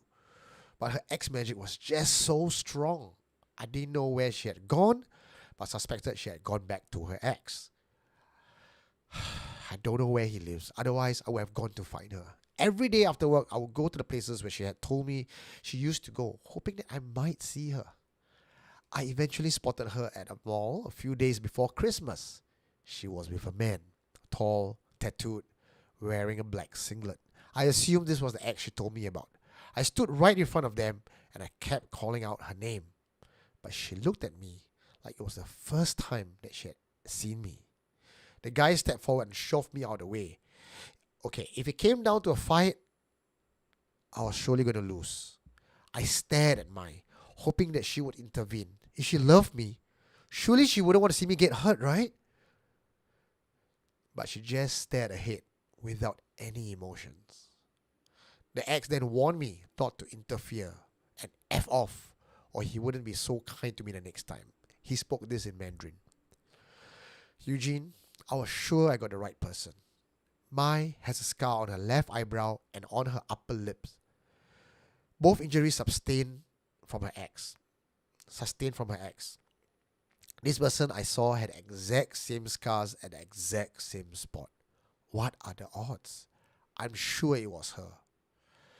I'm afraid that by the time I find help, she would be totally controlled by his spell. Wow. Potent, yeah, this one. Yeah. I'm struck by the whole sort of memory wiping aspect of it, Mm. right? You know, and not only are you able to attract the person back to you, but also eliminate, you know, whoever the competition was in the best possible way, which is just, pretend you never met them. Yeah. You know, wow, it's a powerful thing. You know, any clue as to what kind of spell it could have been, not the story doesn't seem to I mean, because the confessor doesn't know, and it Yeah. was just, it's just, No. f- what he told a friend. The friend said it sounds like a love spell, so it could be mm, anything. But because it's not fat, so it's not nasi kangkang. Yeah. Right? mm. That much is sure. Yeah, we've solved that one. Okay. Yeah. But I just a corner of my mind is wondering, is there any reason, and I want everyone in the chat group to help think this through, right? Is there any possibility that this was not supernatural? Right. So I'm preempting Yeah, yeah, Eugene going, yeah, yes, must yeah. be the hantu. Is there even the slightest slice of the pie, the pie chart, Yeah. 1%? Because maybe she's the kind of person who is averse to confrontation, Yeah. right? Then when your ex-lover stand in front of you when you have run away from him and ghosted him, and then he like starting calling out your name, you're like, I'm just gonna pretend I don't see him. Right? I mean, like, hello, yes, who are you, sir? I don't know. I think there are people who might just do that. Okay. It was only one time. So this is based on one awkward incident. So because this person is also on Supernatural Confessions, I gotta be careful Ah. how I treat this confession, right? Of course. And of I was course. also very honest with him, right? I said, unless there are a lot more signs and you can give me a lot more evidence, compelling evidence that there are black magic at play, it is not something I can put my hand on my heart and say 100% confirm, guarantee this is the hantu. Because it does sound like this girl is cray cray. No split personality. I mean, okay, so for a girl to miss the boyfriend, or the ex-boyfriend, not uncommon, especially at night when she feels lonely or she misses him, she behaves that way. And then in the morning, like what you said, she wants to avoid confrontation, she's somewhere else. And that can also seem, because of that behavior, she's not being honest. It sounds like she is possessed. And I've got a feeling that this girl, assuming is not black magic, assuming she's the kind of woman that would blame everything but take accountability. If someone says it's black magic, she would jump into that and go like, yes, it is. And she would believe in it. I think there's some sense in what you're saying. But there are two interesting theories coming out of the chat group now, right? And I'm very drawn to that, right? Yeah. So Grace, as well as some of the others, are saying, right, maybe she's too scared to acknowledge him, because if she did it, he might be beaten up, right? But also, I think if she did it, she would be beaten up, because we already know the kind of guy he is. Yeah. Even before we see him or hear of what he looks like, we already know that he left scars on her. Yeah. Right. And then now, there he is looking, tough as hell. And then she's right there. And his reaction to this dude is clearly hostile. Right? She knows this is an impossible situation. How can she possibly greet him or acknowledge him without either or both of them getting beaten up? And then we talk about how, some girls, this is always black magic because it goes back to the ex-boyfriend. But you heard of things like, Stockholm syndrome or abusive girls going back to the abusive boyfriend because it's just a level of comfort. But could it be black magic? For sure. We're not saying it's not. We're just saying what else could it be without jumping to the conclusion that it's definitely the black magic. Actually, I think because of what they're saying, Yeah. I'm my pie chart is shifting already. I'm believing a little bit less in the possibility of black magic, and a little bit more in the possibility that it is the kind of relationship, right? And maybe not to the extent of Stockholm syndrome, but to the extent that something in her nature also, whatever drew her to him in the first place, and allowed her to spend so long in a abusive relationship, you don't easily get rid of that.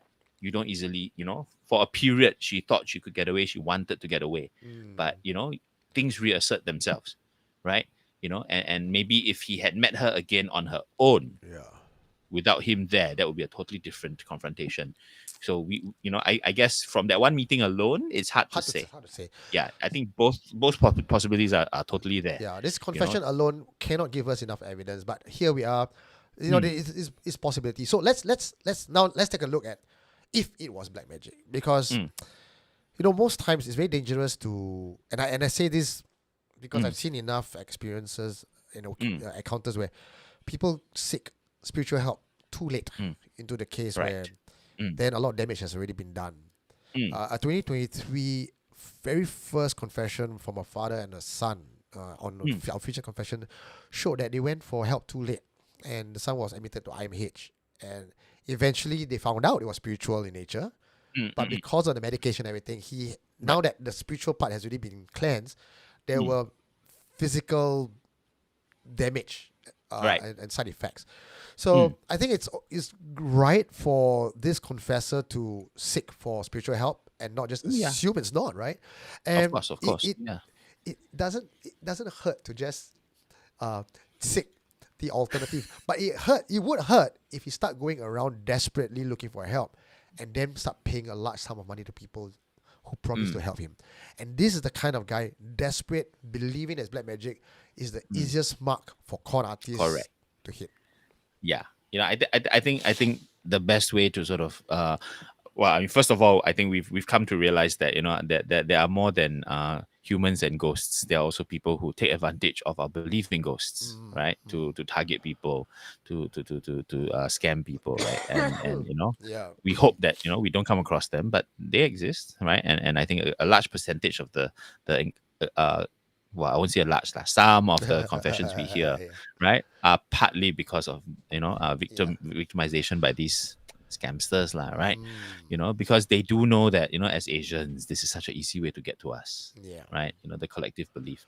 So, I mean, yes, I agree absolutely that it is a wise consideration, right? It would be foolish to not have that door open, so yes, do your research, get connected to some people, go and find out, but ultimately I think there are deeper roots to it, right? Okay. Deeper roots to it, and it might be again a combination of both.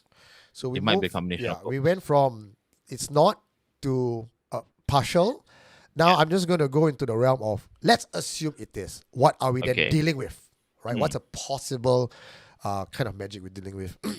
Let's take a few things into the perspective. She had lived with him before, so Yeah. chances are he probably have some of her clothing, probably have hair on the Of bed, course. and they had sex. So the minute you have physical intimacy with somebody, you already have a bond with that person. There's a bit of a soul tie right there.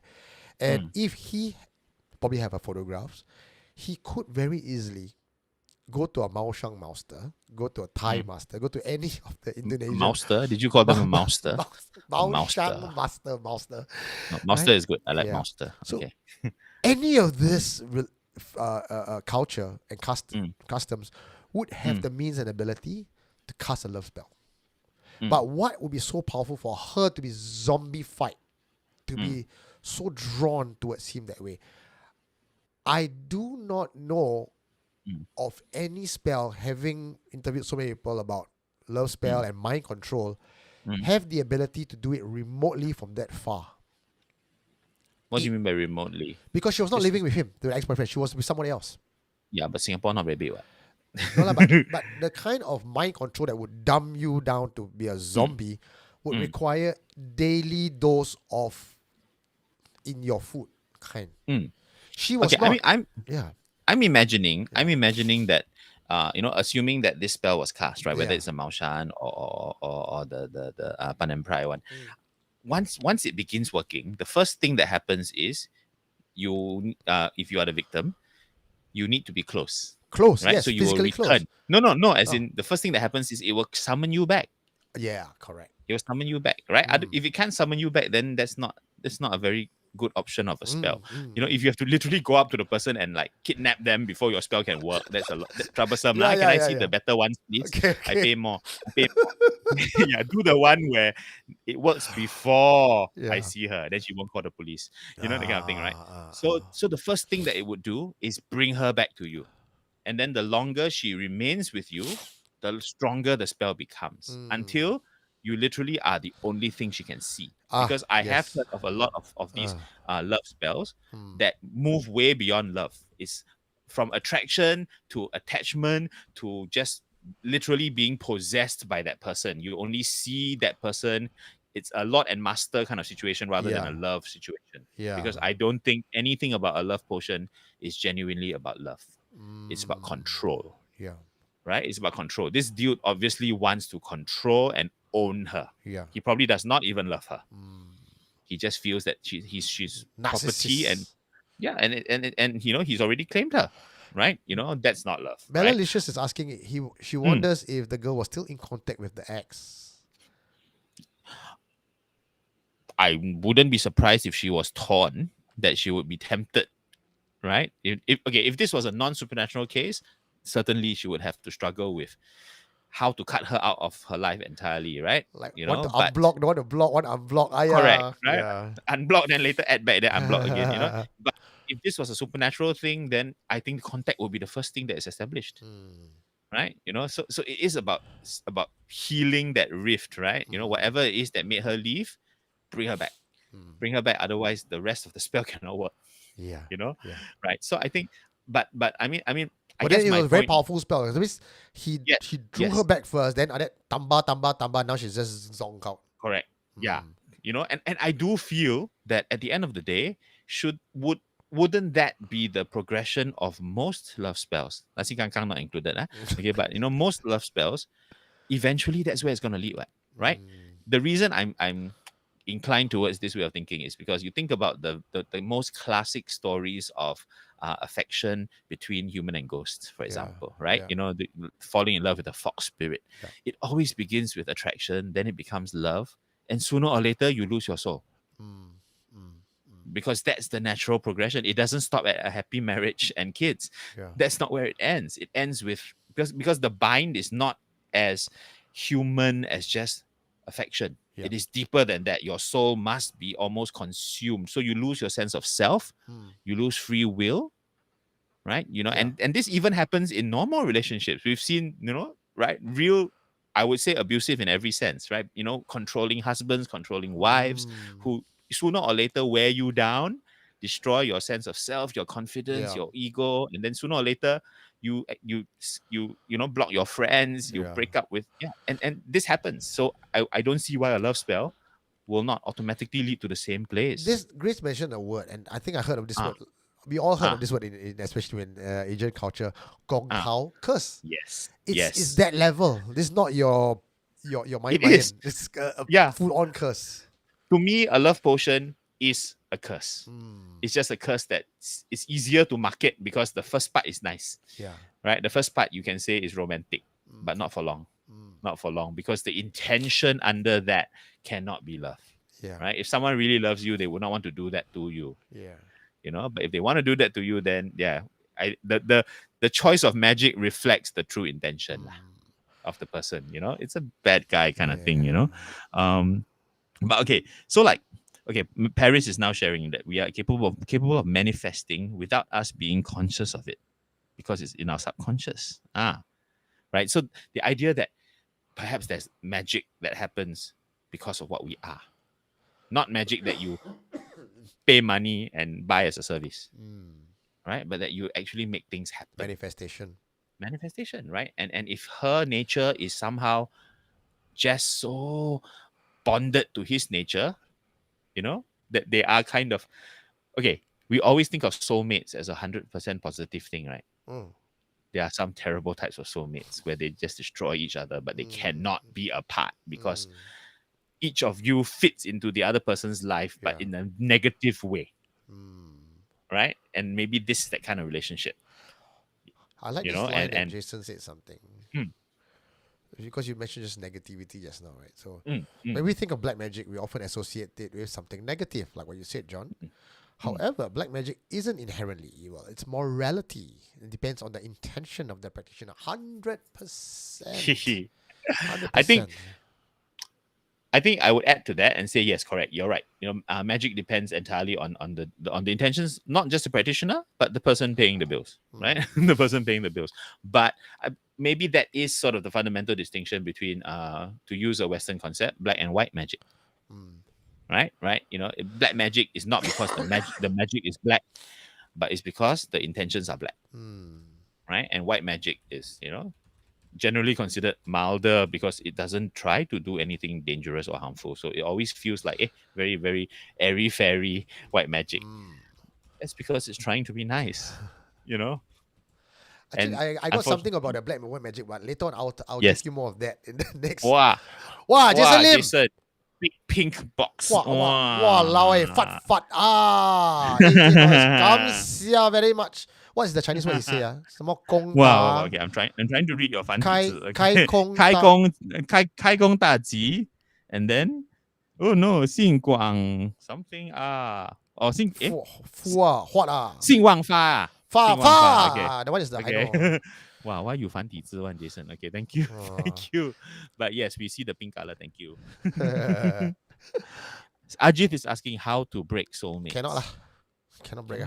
You can only break them temporarily. Yeah, you just gonna be you can drawn. force them apart, but for how long? For how long, Soulmate is right? one thing. Walao, that twin flame is another. Or there's a lot of different categories. Like you go and read it up. It's basically quite fucked one. Like if you have a soulmate, you have a twin flame, you are just bound. No matter how you try to get away from each other, you just gravitate it back. That's the blame the universe, blame the past life, blame everything else. I'm liking the way that this conversation is going, because from the idea of like love potions as a sort of click a button and something happens, right? We are with both confessions, we're already realizing that actually the roots of it lie in a lot of things, right? The nature of the persons themselves, whether or not they are fated to be together, right, allows the magic to happen. Or sometimes, you think it's magic, but actually no, it's just fate taking its course. Yeah. And that's tricky, right? I think we need to segue this to the next confession, because a lot of what we're discussing spills over to the next one as well. Nice. Nice. Okay. Wow. Last one, guys. This one, I really love it. But before that, let me give you a second advertisement. And here we go. Supernatural Confessions was created as a safe space for people to share their paranormal encounters. If you or someone you know has a strange encounter to share, we want to hear about it. You can type it to us, send us a voice memo, or even meet me for a face-to-face interview.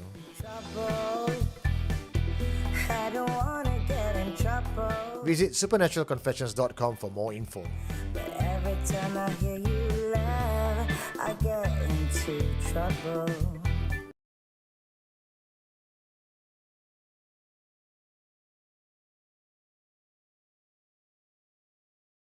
All right. Now we are ready to go over to. Oops, wait. Let me find new format. New format. Okay. New format, huh? John, are you ready? The next one is Yep. titled "I Will Follow You in This Life and Next." Confession by a concerned sister. I was holding this story in my heart for the last 30 years. These days, I hear you people talk about love spells. And from what you spoke about, Eugene, that such things are easily available online, that's appalling. Simply appalling. People don't know what they are dealing with. I've seen how such spells can go terribly wrong. It happened to my own sister. I saw how my sister suffered until the day she died. This happened during the late 70s. My sister was just entering adulthood. She was older than me by 2 years and had just turned 18. She was infatuated with John Travolta, and especially the character Danny Zuko that he played in Grease. We shared the same room, so her posters were pretty much my posters, whether I liked it or not. But there wasn't any problem. At that age, 17, I was just emulating what my sister was doing. We talked about boys a lot. My sister's type of boys are the bad boys with a soft heart, the kind like Danny Zuko. There was no lack of such boys around, however. My sister had eyes for one particular guy who lived around our neighborhood, who coincidentally also went by the name Danny. He drove a Toyota Celica, and he was very suave in a quiet and unassuming way. My sister was madly infatuated with him. But the problem was that my sister was also too shy to go speak to him directly. What she decided to do was to seek spiritual help from one of the neighborhood tankis, or whatever you call them. Back then, there used to be many of these medicine men, women around. Every estate had at least one. This one she went without me, and I only got this part of the story through her retelling. The medicine woman told my sister that the deity she was going to trance was a darker version of Yue Lao. Yue Lao is the god of love in Asian folklore. The medicine woman explained that Taoists believe in duality, and that everything in the universe had a light version and a dark version. The dark side is oftentimes hidden from public eyes because it can be dangerous when misused. But for those who know the secrets, the powers are available to them. She asked my sister if she was very sure about marrying this man. My sister didn't hesitate. She said yes. She cannot see herself being with anyone else. The medicine woman prepared something for my sister and told her to bury it in a flower pot outside Danny's house. My sister also needed to burn a talisman in a specially prepared flower water container and then shower with a bit of the flower water for 7 days. It's also mandatory to chant a mantra every night, outdoors, under the sky. My sister did all these religiously. I think there were other things she needed to do, but these are the main ones that I can remember. We were both very excited and counted down the days. The feeling was just like people waiting by the radio for the lottery numbers to be read out. True to her word, on the 7th day, we saw Danny loitering outside the house. My sister went out to speak with him. I couldn't make out the words clearly because they were speaking in very hushed tones, and I was standing a distance away behind the house gate. But from the body language and the giggles, I could tell it was going well. My sister was over the moon. She came back squealing and laughing, and we were generally in high spirits. She was so in love. That wasn't all she needed to do, though. The ritual was an ongoing thing. And now that my sister was about to have her first date, she needed to take Danny's hair and put something in his food, amongst other stuff. My sister was a fanatic at this stage. She was so in love and determined to do everything to keep Danny by her side. At this stage, there were so many things going on. I couldn't even keep up with everything. It was a blur. And then one day, my sister told me she had lost interest in Danny. He was being too clingy, too needy.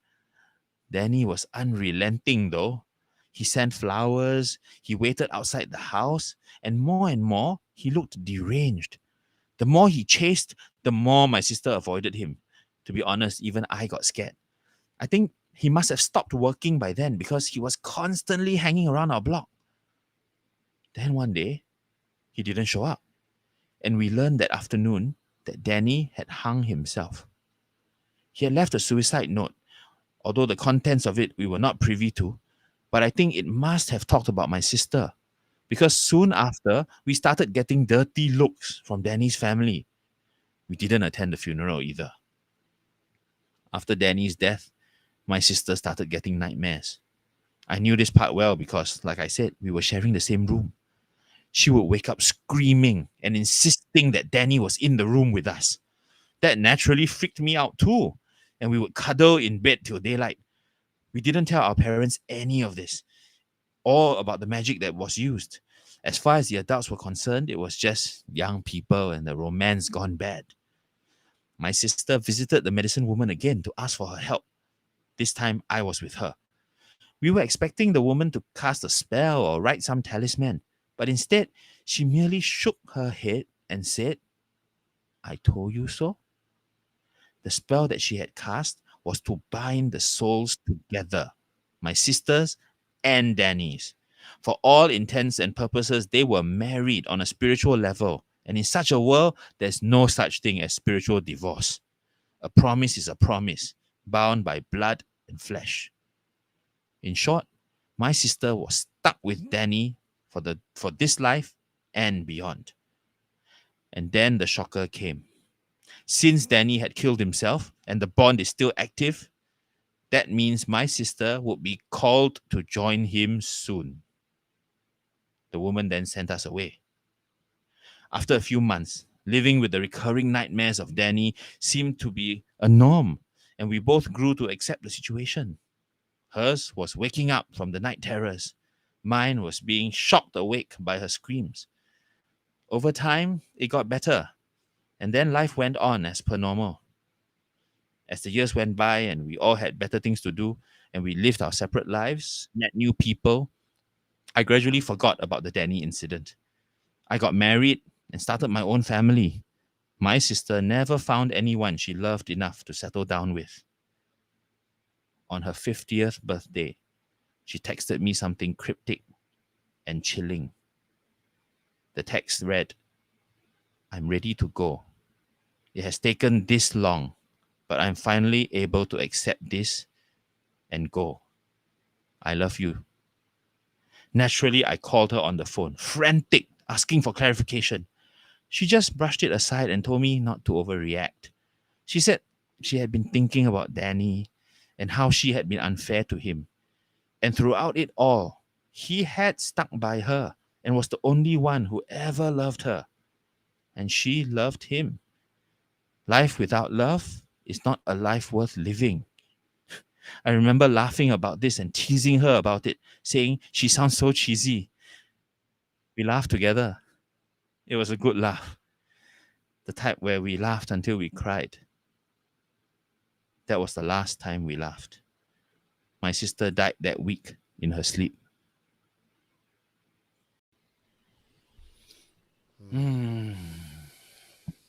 Wow. How's that for a finale? Confession for today. First episode.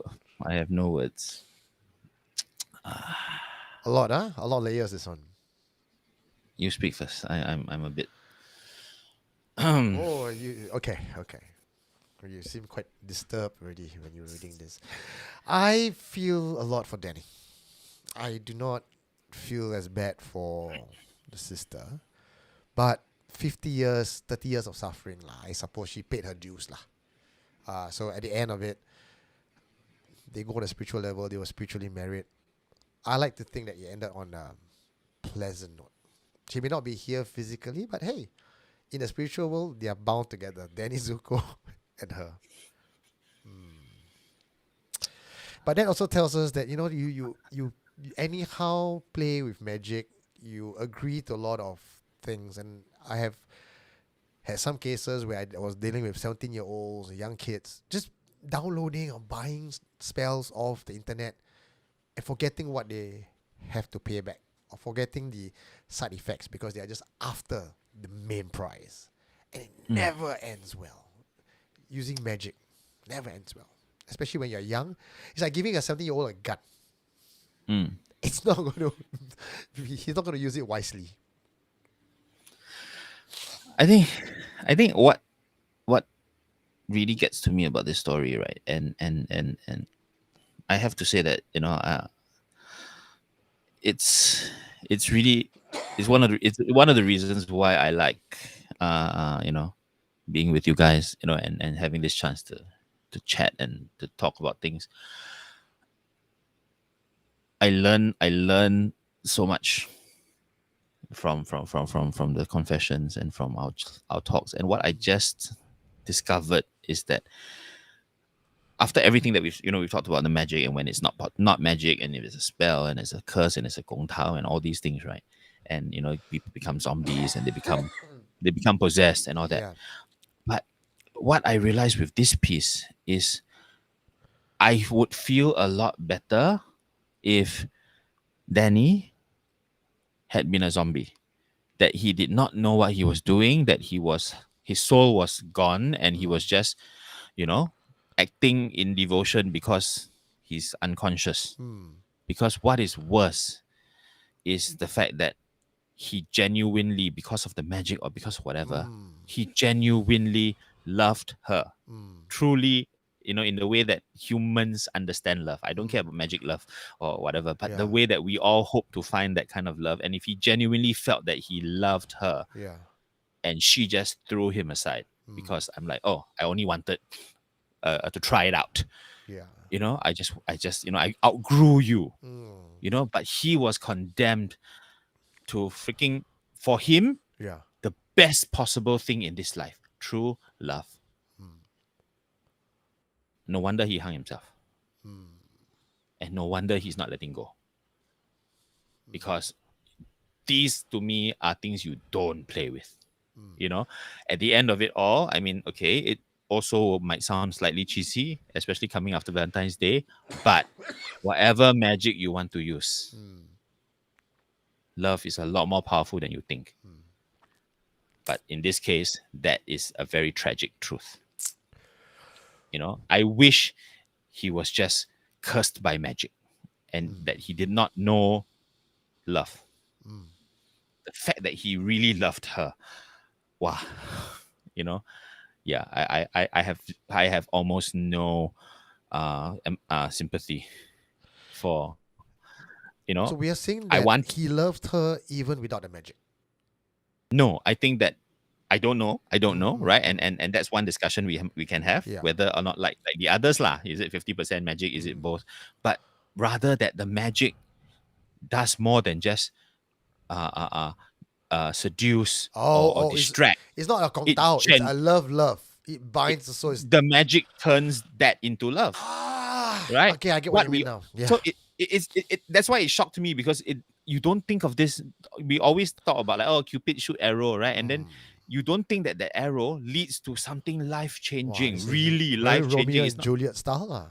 It's not a freaking Valentine's Day card, Yeah. right? You get hit by the arrow and your whole freaking world changes, and then the other person goes, "Nah, I'm done." Fuck. What the hell? What the hell? Come on, right? So, not the supernatural aspect of it, but that supernatural fucks us up Yeah. if it really plays with our emotions, what we really feel. So there's this other thing as well that it says, human have free, free will. So when you deal with love spell, especially this part 3, it takes away the free will. It steers you into love, and it's not a kong tao love. This one, she was using the power of yellow. Just to give audience a bit of cliff notes about yellow. Yellow is a good deity. There are temples for yellow here, and a lot of places in Asia where people will go to yellow temple to ask for true love, to bind. And if you're already married, you tie a red thread to bind together. It's a good thing. But on this story where they went to the medicine woman or the shamanic woman, she says that in the Taoist belief there is the duality, that there's a black version and a white version. This goes exactly like what Jason said. There's black magic and white magic. My understanding of this black and white and duality is that the white is more of a manifestation, intention based, very slow. Think about it as if you are eating Chinese medicine. You double boil, you eat the ginseng. Over time, your body is jiapo and healthy. The black side is not a good or bad, right? The black side is just today you fall out, you break your arm, you need painkillers. You're going to go get painkillers. It's an immediate, effective move. You abuse any of this, of course, it becomes bad. But it's just harder to abuse white. Like you can drink 3 glasses of ginseng. You're not going to overdose on ginseng, but you can overdose on Panadol. Is Panadol bad? Is painkillers bad? No, it's just you, the wielder of the Panadol, just overdid it. And in this case, taking just the points and the evidence in the story, a 19-year-old girl infatuated with a guy went to a spiritual master and asked for something. I am thinking the spiritual master is very much also has a part to play at being at fault. You are literally selling a gun to a 19-year-old to sign off on it. Yeah, you can say I told you so, but you as an older woman, you need to have a bit more wisdom as to who you allow to come through your door and be a customer. And I don't think it's about money, because 19-year-old, you're not going to be able to have a lot of money to pay this woman. But the fact that she does it for you, even if it's at no cost, she knows the power of it. I told you so doesn't cut it. So to me, this is not this or other stories. The first 2 confessions are okay lah, maybe supernatural, maybe not. This one, I think is supernatural for sure. Also because the guy started loitering outside a house. This is a pool magic. It's a pool magic. Yeah. I think, I mean, this is always a fundamental question, right? About the kind of things we keep saying. We've been saying all last season, right? That the best confessions are the ones that remind us about the humanity, right? Both the humanity behind the person being haunted, as well as the humanity behind what is haunting them, right? The human story, right? But yeah, I mean, this hits really, really, really differently and, Yeah. and really deeply because we are talking not about everything we talked about tonight, right? Is not about you know a violet and a scary photograph of a scary thing in the background or Yeah. something moving at the back. This is a whole different level. We're Yeah. talking about just people manipulating people Yeah. using magic, using supernatural means, but this is about people against people. There are no ghosts here. Uh, There's no one to blame. Yes, you can say that the medicine woman is complicit lah, mm, right? But it's I mean, she's just being mercenary, and the yeah. only way she can do it is by hardening her heart and going, I don't want to know if you want this spell for good or bad. I don't know who's going to get I've hurt. done my due diligence by warning you, and you sign off I on it. don't care. Yeah, Mm. yeah. I said, I mean, many of us are in jobs that are morally, who knows, right? Yeah. So you find your own way to close one eye lah, or Mm. close both eyes. Mm. But I feel that, in this case, it really is between two people, Mm. right? And I think in all of these stories, the reason why, even with the first two confessions, it was quite possible to imagine the non-Hantu version Yeah. is because these things do happen on a daily basis Mm. without, if you were hearing these confessions on another podcast, on another channel where they were talking about Yeah. relationships, they would not be out of place. It's just take away the bit where she visits the old woman Yeah. or the dukun in the family. Yeah. Take away that one paragraph, and it's a agony letter that Yeah. we've come across before, right? Yeah. So it's this episode, ironically, on Renru, on the birthday of humanity, the Hantu are the humans, Yeah. right? The humans who seek love but will destroy love in order to pretend that you have it, Mm. right? Mm. Destroy the person you admire so much just to control them. It's about control. You Yeah. know, yeah. I think this is a chilling episode. Wow, heavy. I mean, everyone's You know, asking. Oh no, not everyone. Like Ajay, Frankie was like, he's check on. no, How to check on John? It's not like he's beside me, guys. if he suddenly came and checked on me, then I'll be very scared.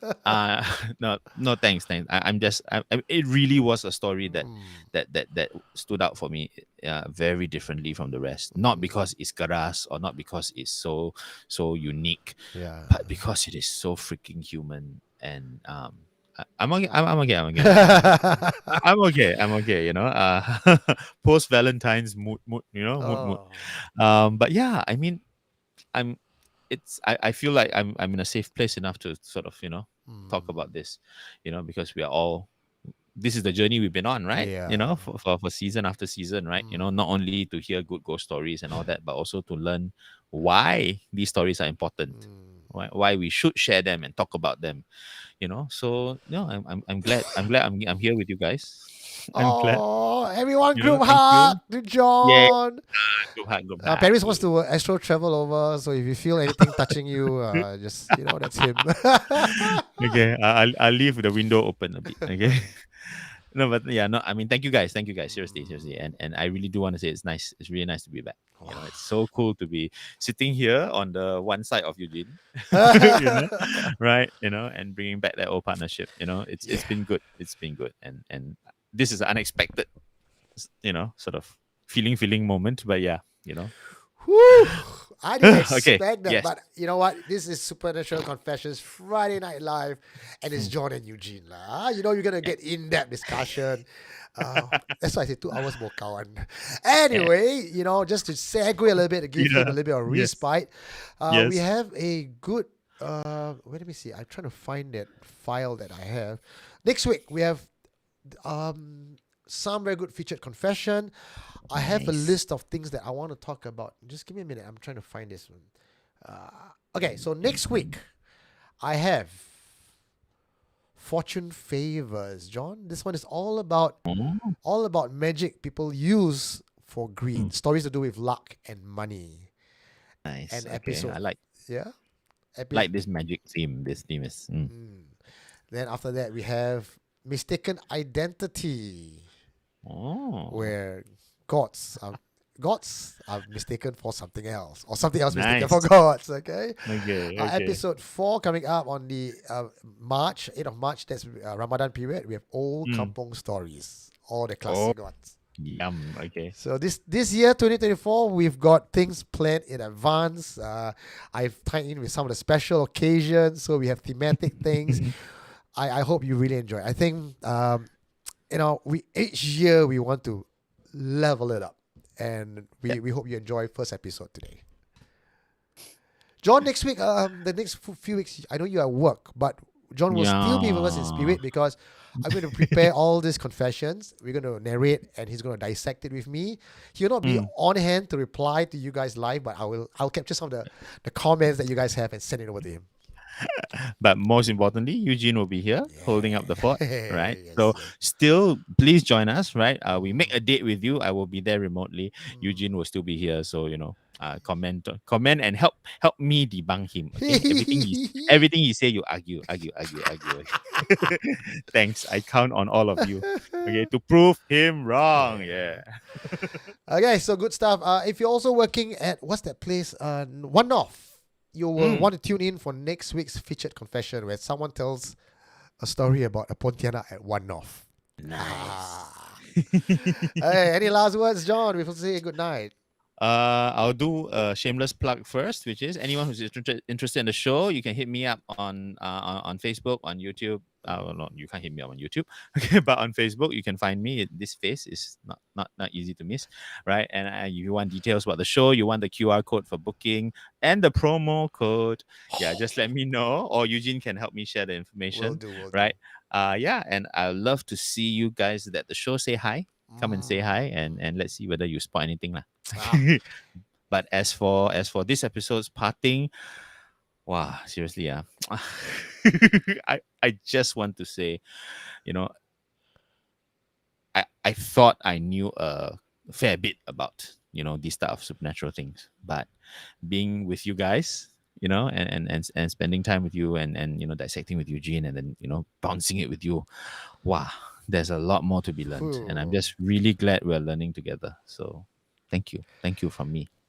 And my parting words, and this is a very important lesson that I've learned and picked up over 44 years of living, both in the spiritual world as well as in romance. The most powerful line that I embrace is that it is okay to be on your own.